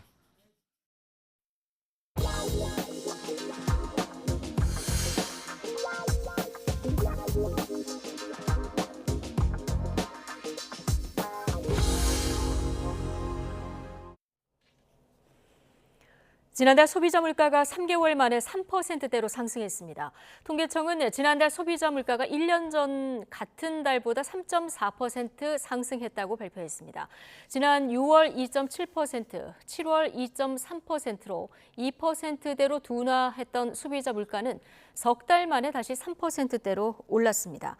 폭염과 폭우 등 이상기후 영향으로 농산물은 1년 전보다 5.4% 올라 전체 물가를 0.26%포인트 끌어올렸습니다. 네, 한 달 전에 비해서 소비자 물가 상승률이 크게 오르면서 통화 정책이 다시 긴축 기조로 돌아서는 것 아니냐는 걱정이 나오고 있습니다. 2분기 실질 국내 총생산은 수출보다 수입이 더 크게 줄어서 역성장을 면했지만 실질 국민 총소득은 감소해서 하반기 경기 회복도 빨간불이 켜졌습니다. 나연수 기자입니다. 예상에서 크게 벗어나진 않았지만 상승폭이 다소 커진 측면이 있다. 8월 소비자 물가 상승률 3.4%에 대한 한국은행의 평가입니다. 한 달 전만 해도 안정세였던 물가 흐름이 바뀌면서 다시 물가 잡기를 우선해야 하는 것 아니냐는 우려가 나올 수밖에 없습니다. 이 때문에 기준금리 인상 가능성이 고개를 들고 있습니다. 금융통화위원회는 8월 이후 3%대 물가 인상률 가능성을 언급하며 상황을 지켜보고 결정한다는 입장. 오히려 금리 인상 가능성에 대해서 논의를 하고 초점을 두고 있는 상황이기 때문에 아직 금리 인하에 대해서 얘기하기는 너무 시기상조라고 생각합니다. 문제는 여전히 답답한 경기 흐름. 한은이 발표한 2분기 실질 국내 총생산, GDP 성장률은 0.6%로 일단 역성장은 피했습니다. 설비 투자를 제외하곤 민간 소비와 정부 소비 모두 감소했지만 수출보다 수입 감소폭이 더 커 순수출이 늘어난 덕입니다. 이처럼 불황형 성장이 이어지면서 우리 국민이 벌어서 쓸 수 있는 돈은 줄었습니다. 국내외에서 벌어들인 소득의 실질 구매력을 나타내는 지표인 실질 국민총소득, GNI가 0.7% 감소한 겁니다. 지난해 3분기 마이너스 0.4% 이후 처음으로 감소한 데다 최근 1년 동안 가장 낮은 성장률입니다. 국외 순수치 요소소득이 1, 4분기에 큰 폭으로 증가했습니다. 증가한 데 따른 기저효과와 교육 조건 악화로 인한 실질 무역수입이 확대된 데 기여하는데요. 한은은 하반기 소비가 완만하게 회복되고 수출 부진도 완화하며 성장세가 점차 개선될 것으로 보고 있습니다. 하지만 당장 고물가에 민간도 정부도 지갑을 닫은 데다 미국의 추가 긴축 우려 등 대외 불확실성도 여전한 만큼 상저하고 회의론도 이어지고 있습니다. YTN 나윤수입니다. 추석을 앞두고 사과와 배 가격이 강세를 보이자 정부는 공급을 최대한 앞당기고 수요를 분산해서 가격 상승을 억제할 계획입니다. 이번 주 후반부터 사과와 배 공급 물량이 확대될 전망입니다. 보도에 박홍국 기자입니다.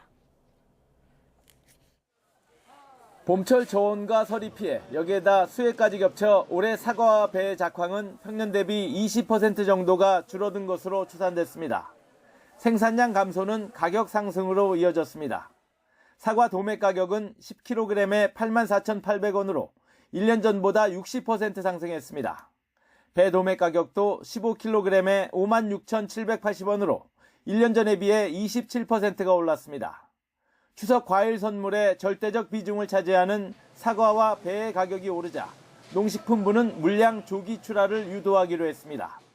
추석 연휴를 3주 앞둔 오는 7일부터 공급량을 본격적으로 늘려 14일부터 20일 사이에 사과와 배 등 추석 성수품의 40%를 집중적으로 공급할 계획입니다. 홍로를 지금 추석 전에 대부분 이제 수확을 저희들이 하려고 하고 있고요. 배의 경우는 조생종 배가 지금 주로 나오고 있고 9월 말 되면 주로 우리가 먹는 신고배가 좀 나올 것 같습니다. 유통업체들과 협의해 사과와 배 선물 수요를 다른 품목으로 분산하는 작업도 추진 중입니다.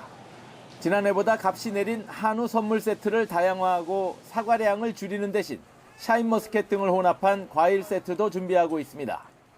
샤인머스켓 세트 가격을 최대 20% 인하했고 사과, 배, 샤인머스켓 등의 혼합 물량을 30% 확대했습니다. 이외에도 5년 만에 한우 세트 가격을 최대 10% 인하하여 농식품부는 또 유통업체에 지나친 가격 인상을 자제해달라고 요청하면서 할인 쿠폰 발행 등으로 소비자 부담을 줄이는 데도 주력하고 있습니다. YTN 박홍구입니다. 이주호 교육부 장관이 교원단체를 만나 9월 4일 추모제에 참여한 교사들을 징계하지 않겠다는 방침을 재확인했습니다. 이 장관은 오늘 한국교원단체 총연합회와 교사노동조합 연맹을 만나 추모 행사에 참여한 교사들이 불이익을 받지 않도록 하겠다고 전했습니다. 그러면서 교권 회복과 함께 다양한 의견을 경청하기 위해 매주 1회 선생님들과 정례적으로 소통할 것이라고 강조했습니다. 교원단체들은 교육부 입장을 환영한다고 밝혔습니다. 전교조는 성명을 통해 교육부의 징계 예고에도 전국에서 12만 명이 자발적으로 집회에 참여했다며 교사들의 단결된 행동이 정부의 탄압을 이겨냈다고 밝혔습니다. 한국교원단체 총연합회도 입장문에서 징계 방침 철회는 당연하다며 이제는 교권보호 입법과 제도 개선 등 근본적인 후속 조치에 속도를 내야 한다고 밝혔습니다. 전국 교사 3명 중 2명은 학교 안에서 언어폭력을 경험했다는 설문 결과가 나왔습니다. 극심한 우울 증상을 호소하는 교사들도 적지 않은 것으로 나타났는데 6명 중 1명은 극단적인 선택까지 생각한 적이 있다고 응답했습니다. 신지원 기자의 보도입니다. 숨진 서희초등학교 교사를 괴롭혔던 학부모 민원과 과도한 업무는 전국 교사들이 처한 현실입니다. 고인의 49제 추모 집회에 참여한 교사들은 직접 경험했던 교권 추락의 현실을 털어놨습니다. 6년 전 운동장 수업 중 남모르는 학부모가 난입해 우리 반 아이들을 혼내고 제게는 미친 담임이라 애들이 이 모양이라며 욕설을 퍼부었습니다. 설문조사 결과 전국 교사 3명 중 2명은 이처럼 학교 내에서 언어폭력을 경험한 것으로 나타났습니다. 유치원과 초중 고등학교 교사 3,505명을 조사한 결과 전체의 66.3%가 언어폭력을 당한 적이 있다고 말했고 신체 위협이나 성희롱을 경험했다는 응답도 각각 18% 수준이었습니다. 언어폭력 가해자는 대부분 학부모나 학생이었습니다. 우울 증상을 호소하는 교사들도 많습니다. 정신건강 평가를 받은 교사 가운데 38.3%가 심한 우울 증상을 보였고 극단적인 선택을 생각한 적이 있다는 응답도 16%에 이르렀습니다. 선생님들은 여러 가지 학부모 또는 학생과의 상담에서 크고 작은 언어, 신체 폭력에 무방비로 노출되어 있고 그로 인한 정신건강 수준들이 아주 나쁜 상황인 걸 알 수 있었고요.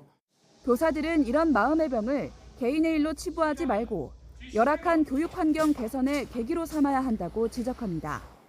전국 선생님들의 마음이 많이 아프다는 것이 아주 극단적인 상황으로 드러나고 있습니다. 오늘 우리는 전문가의 분석을 통해서 교사 개인의 문제가 아니라 제도의 문제임을 밝히고 있습니다. 또 최근에도 교사들의 극단적인 선택이 잇따르고 있는 만큼 관련 법 개정과 함께 실질적인 제도 개선이 뒷받침되어야 한다고 촉구하고 있습니다. YTN 신지원입니다.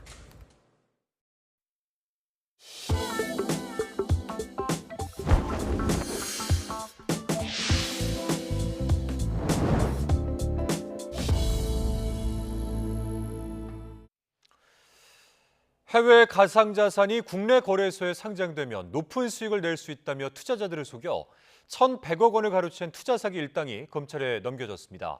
이들은 불법 다단계 조직을 꾸려 전국 곳곳에서 투자 설명회를 열었는데요.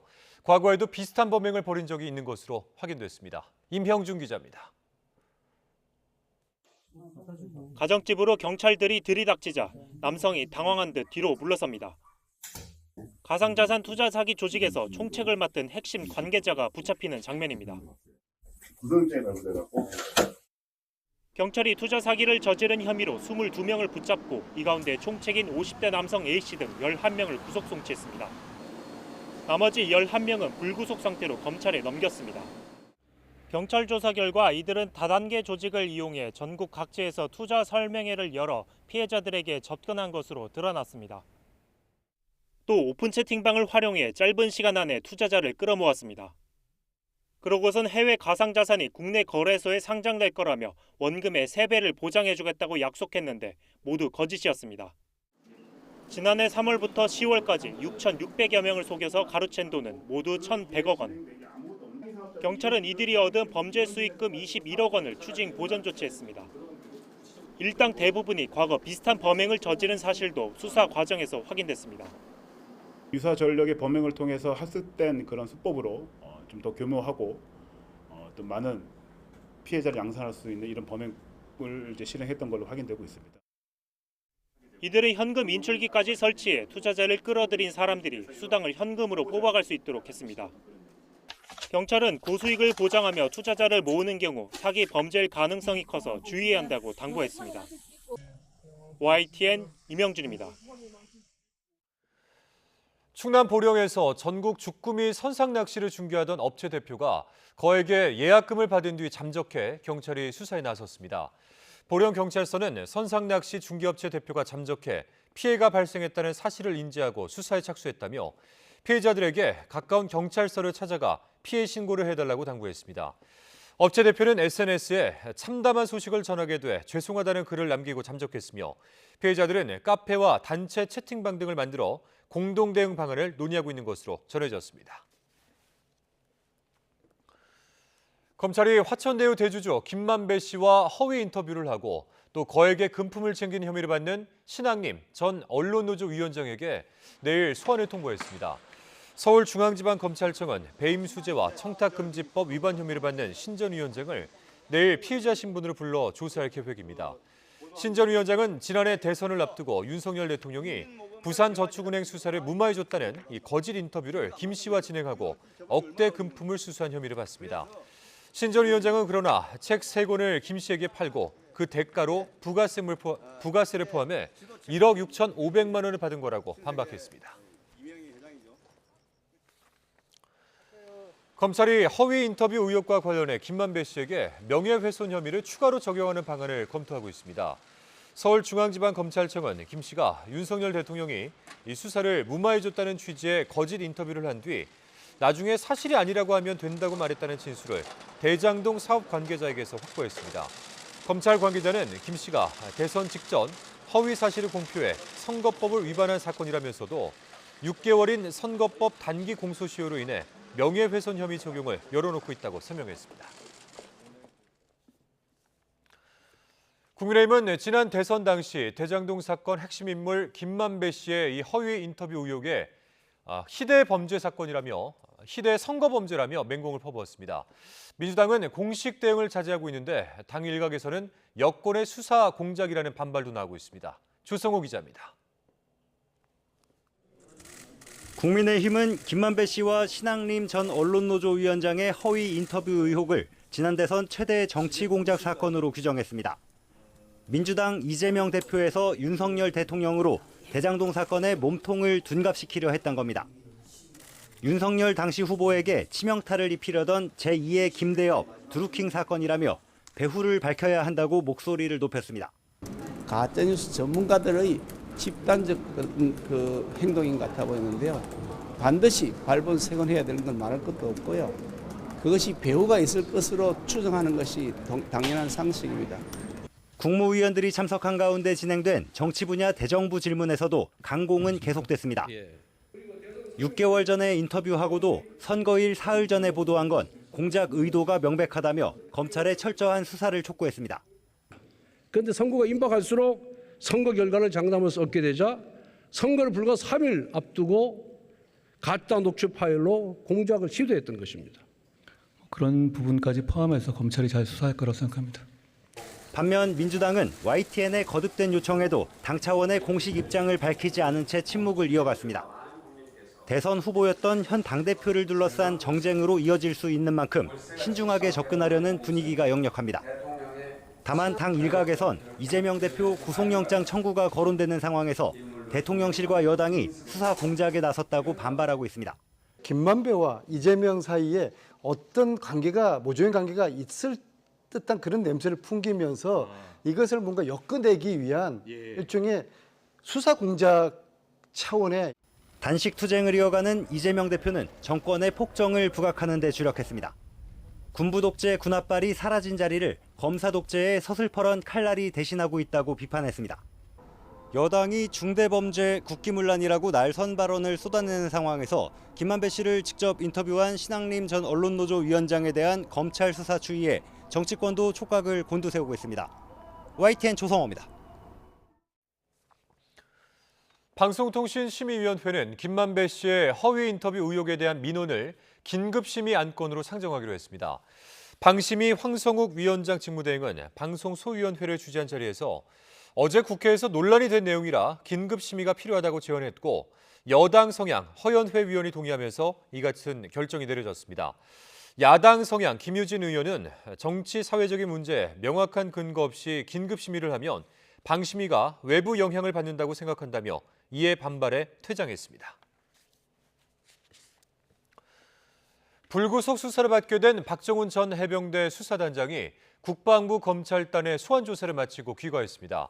10시간 반 동안 조사를 받고 나온 박 전 단장 측은 최상병 사망사고 이후 있었던 일련의 과정을 타임라인별로 조사받았다며 질문과 답변이 많아 오랜 시간이 걸렸다고 말했습니다. 박 전 단장은 오는 8일에는 국방부 법무관리관과 국방부 검찰단장을 직권남용 권리행사 방해 혐의로 고발한 건과 관련해 고위공직자 범죄수사처에 출석해 조사를 받을 예정입니다. 삼성전자와 LG전자가 독일에서 열린 국제가전박람회 이파에서 일체형 세탁건조기를 동시에 공개하며 맞붙었습니다. 경쟁과 별개로 두 회사는 서로 만든 가전제품을 연동할 수 있는 시스템을 구축해 협력하는 방안도 제시했습니다. 최기성 기자입니다. 독일 베를린 국제가전 박람회 전시장입니다. 삼성전자와 LG전자는 세탁과 건조를 제품 하나로 해결할 수 있는 일체형 세탁 건조기를 선보였습니다. 일체형 제품은 기존에도 있었지만 열 건조 방식이라 옷감 손상이 심하거나 시간이 오래 걸렸습니다. 이번 제품은 두 회사 모두 제습 방식 건조 기능을 적용해 옷감 손상이 덜하고 건조 시간이 줄었습니다. 주거 쪽으로도 경쟁 분야가 넓어졌습니다. LG전자는 태양광 패널 지붕과 에너지 저장 장치를 결합한 주택을 공개했고, 삼성전자는 가정용 배터리로 집에서 직접 에너지를 만드는 기술을 내놨습니다. 한국가전 생태계 활성화를 위해 두 회사가 협력하는 방안도 발표했습니다. 삼성전자와 LG전자는 두 회사 가전제품을 연동하는 플랫폼을 개발해 올해 안에 쓸 수 있도록 준비하고 있습니다. 삼성전자 앱으로 LG전자 가전을 작동하거나 LG전자 앱으로 삼성전자 가전을 설정하는 일이 가능해지는 겁니다. 지난 1일부터 닷새 동안 열린 박람회에는 세계 50여 개 나라 2천여 개 기업이 참가했고 18만 명 이상이 방문했습니다. YTN 최기성입니다. 지난 2분기에 글로벌 파운드리 1위 업체인 타이완의 TSMC와 2위 삼성전자 간의 점유율 격차가 줄어든 것으로 나타났습니다. 시장 조사 업체 트렌드포스 자료를 보면 2분기 삼성전자의 파운드리 매출은 전 분기보다 17.3% 증가했고, 시장 점유율도 1분기 9.9%에서 2분기 11.7%로 상승했습니다. TSMC의 2분기 점유율은 3.8%포인트 하락한 56.4%를 기록해 두 회사 간 격차는 1분기 50.3%포인트에서 2분기 44.7%포인트로 줄었습니다. 정부가 비효율과 나눠주기식 사업을 없애겠다며 내년도 연구개발, R&D 예산을 크게 줄인 데 대해서 과학계가 본격적인 저항의 목소리를 내기 시작했습니다. 길게는 수십 년 걸리는 연구 생리를 인정하지 않고 또 예산 삭감에 대한 정당한 기준도 없이 과학자들을 범죄자 취급한다는 겁니다. 양회영 기자가 취재했습니다. 코로나19 이후 미래 감염병 대응 관련 R&D 사업들의 내년 예산이 줄줄이 삭감됐습니다. 이미 2년 동안 수백억 원이 들어간 연구들이 제대로 마무리되지 못한 채 중단되거나 폐지될 위기에 처했습니다. 내년도 국가 R&D 예산이 16.6%나 삭감 책정됐기 때문입니다. 과학기술정보통신부는 원래 예산 증액을 계획하고 있었지만 윤석열 대통령의 과학기술계 이권 카르텔 언급 이후 갑자기 예산이 대폭 삭감된 겁니다. 이에 과학기술계가 사상 처음으로 성향과 관계없이 모여 반대의 목소리를 높였습니다. 22개 출연 연구기관의 9개 과학기술노조와 과기정통부 공무원 노조, 이공계 학생을 포함한 대학 관계자까지 대략 2만 명 정도입니다. 현 정부는 국가과학기술 발전에 묵묵히 이바지해온 연구 현장을 비도덕적 카르텔로 매도하며 예산 삭감을 강행하고 있습니다. 연대회의는 과학기술계를 카르텔로 매도한 정부의 공식 사과와 함께 삭감된 R&D 예산을 원상 회복할 것을 요구했습니다. 또 하위 20% R&D 사업의 강제 퇴출은 연구자를 단기 성과에만 집중하게 만드는 등 연구 현장을 파괴하는 행위라고 지적했습니다. 성과는 어느 정도 시간이 지나야 나옵니다. 그러면 잘리는 것들은 씨앗들이 다 잘리게 되는 거거든요. 그래서 하이를 자르고 하는 그런 개념은 과학기술계에서는 절대 적용되면 안 되는 거고요. 일방적인 예산 삭감으로 학생 인건비가 가장 먼저 타격을 받게 됐다며 이로 인해 미래인재가 과학기술계를 떠날 수 있다는 의견도 나왔습니다. 이게 돈이 없어서 계약을 할 수가 없는 상황에 처걸리게 되는 겁니다. 그래서 학생들이 가장 먼저 계약이 해지되고 근로시간이 줄게 되고 그런 부분이 있는데 연대회의는 연구 현장의 목소리가 반영된 정책 수립을 요구하며 이번 추석 연휴 동안 대국민 상대 홍보전에 나서는 등 R&D 정상화를 위한 연대 투쟁을 하겠다는 입장입니다. YTN 사이언스 양우영입니다. 정부의 모든 위원회에 청년 참여를 의무화하는 내용의 청년기본법 시행령 일부 개정안이 국무회의를 통과했습니다. 국무조정실은 기존에는 청년 정책을 주로 다루는 위원회만 청년을 일정 비율 이상 참여하도록 했지만 앞으로는 모든 위원회에 원칙적으로 청년위원을 둬야 한다고 설명했습니다.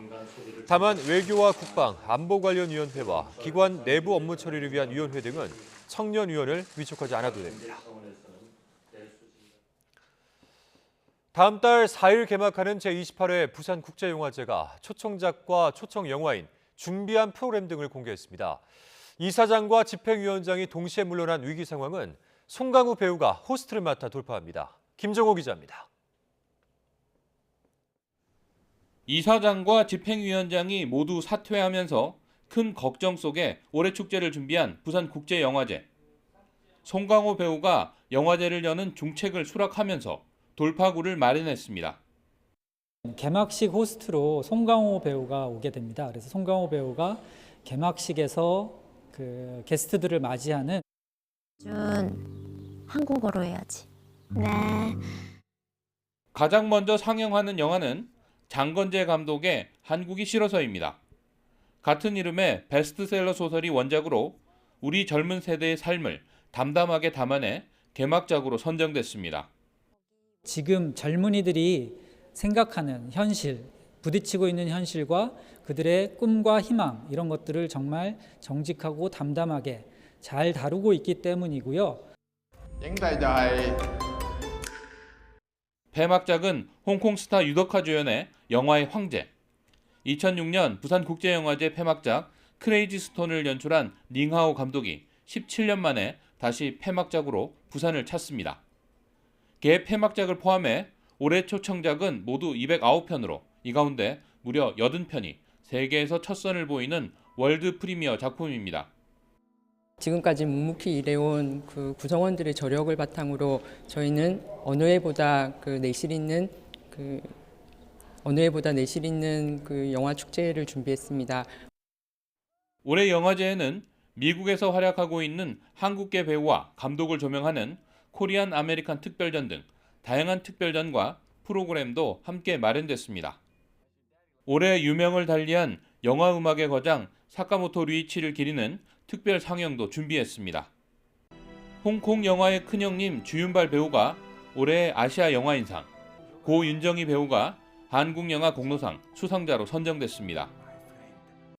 내홍과 경기 침체에 따른 후원 감소라는 여러 어려움 속에서도 착실하게 축제를 준비한 올해 부산국제영화제. 다음 달 4일 개막해 열흘 동안 영화의 바다를 신나게 항해할 예정입니다. YTN 김종호입니다. 김정은 북한 국무위원장의 다음 주 러시아 방문설에 대해서 크렘린궁은 할 말 없다며 긍정도 부정도 하지 않고 있습니다. 국제사회에서 고립된 러시아가 북한에까지 손을 내밀어야 하는 절박한 상황이라는 분석이 설득력을 얻고 있습니다. 신용진 기자입니다. 김정은 북한 국무위원장의 방문설에 대해 기자가 러시아 크렘린궁에 물었습니다. Нью-Йорк Таймс сообщает о скорой встрече Владимира Путина с Ким Чен Ыном и о том, что эта встреча может состояться в рамках Восточного экономического форума. Могут ли в Кремле подтвердить, что такая встреча готовится? Нет, не можем. У нас нечего сказать вам по этой теме.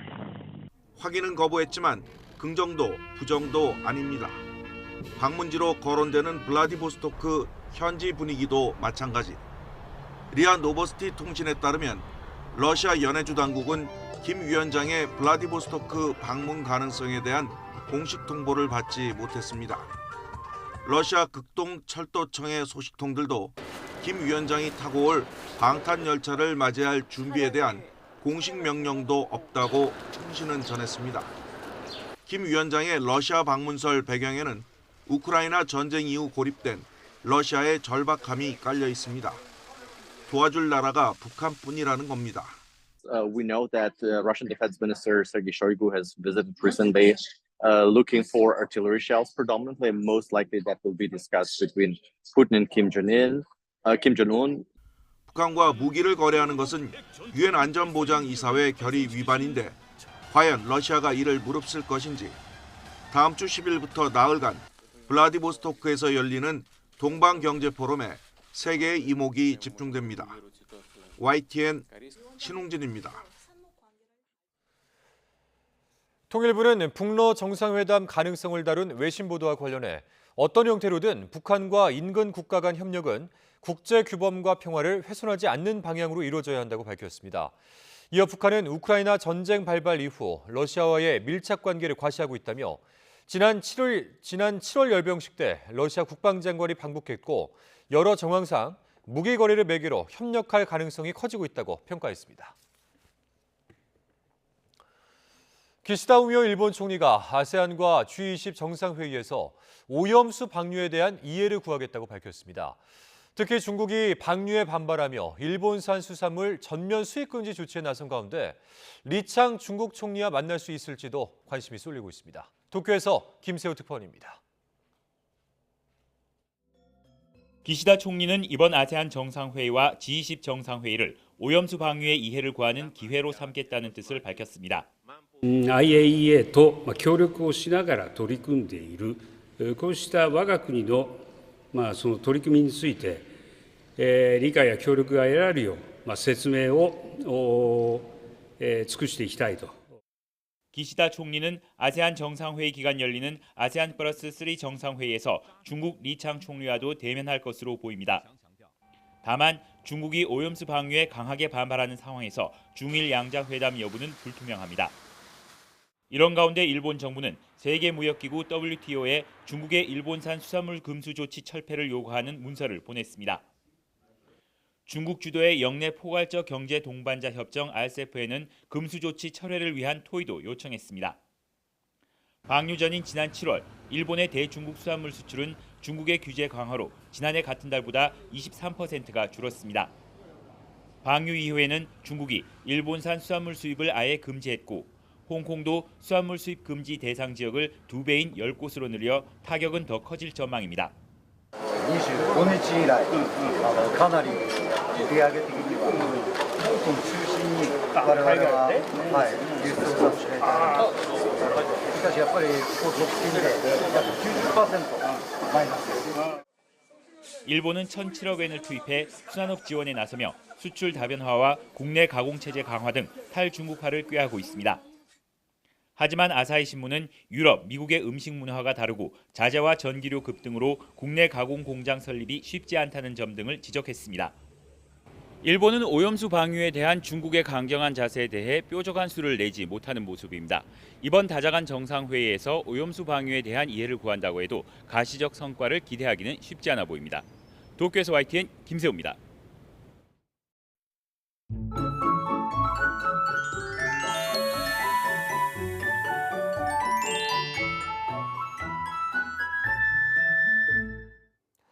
가을이지만 가을을 느끼기 어렵습니다. 여전히 여름 같은 더위가 기승을 부리고 있는데요.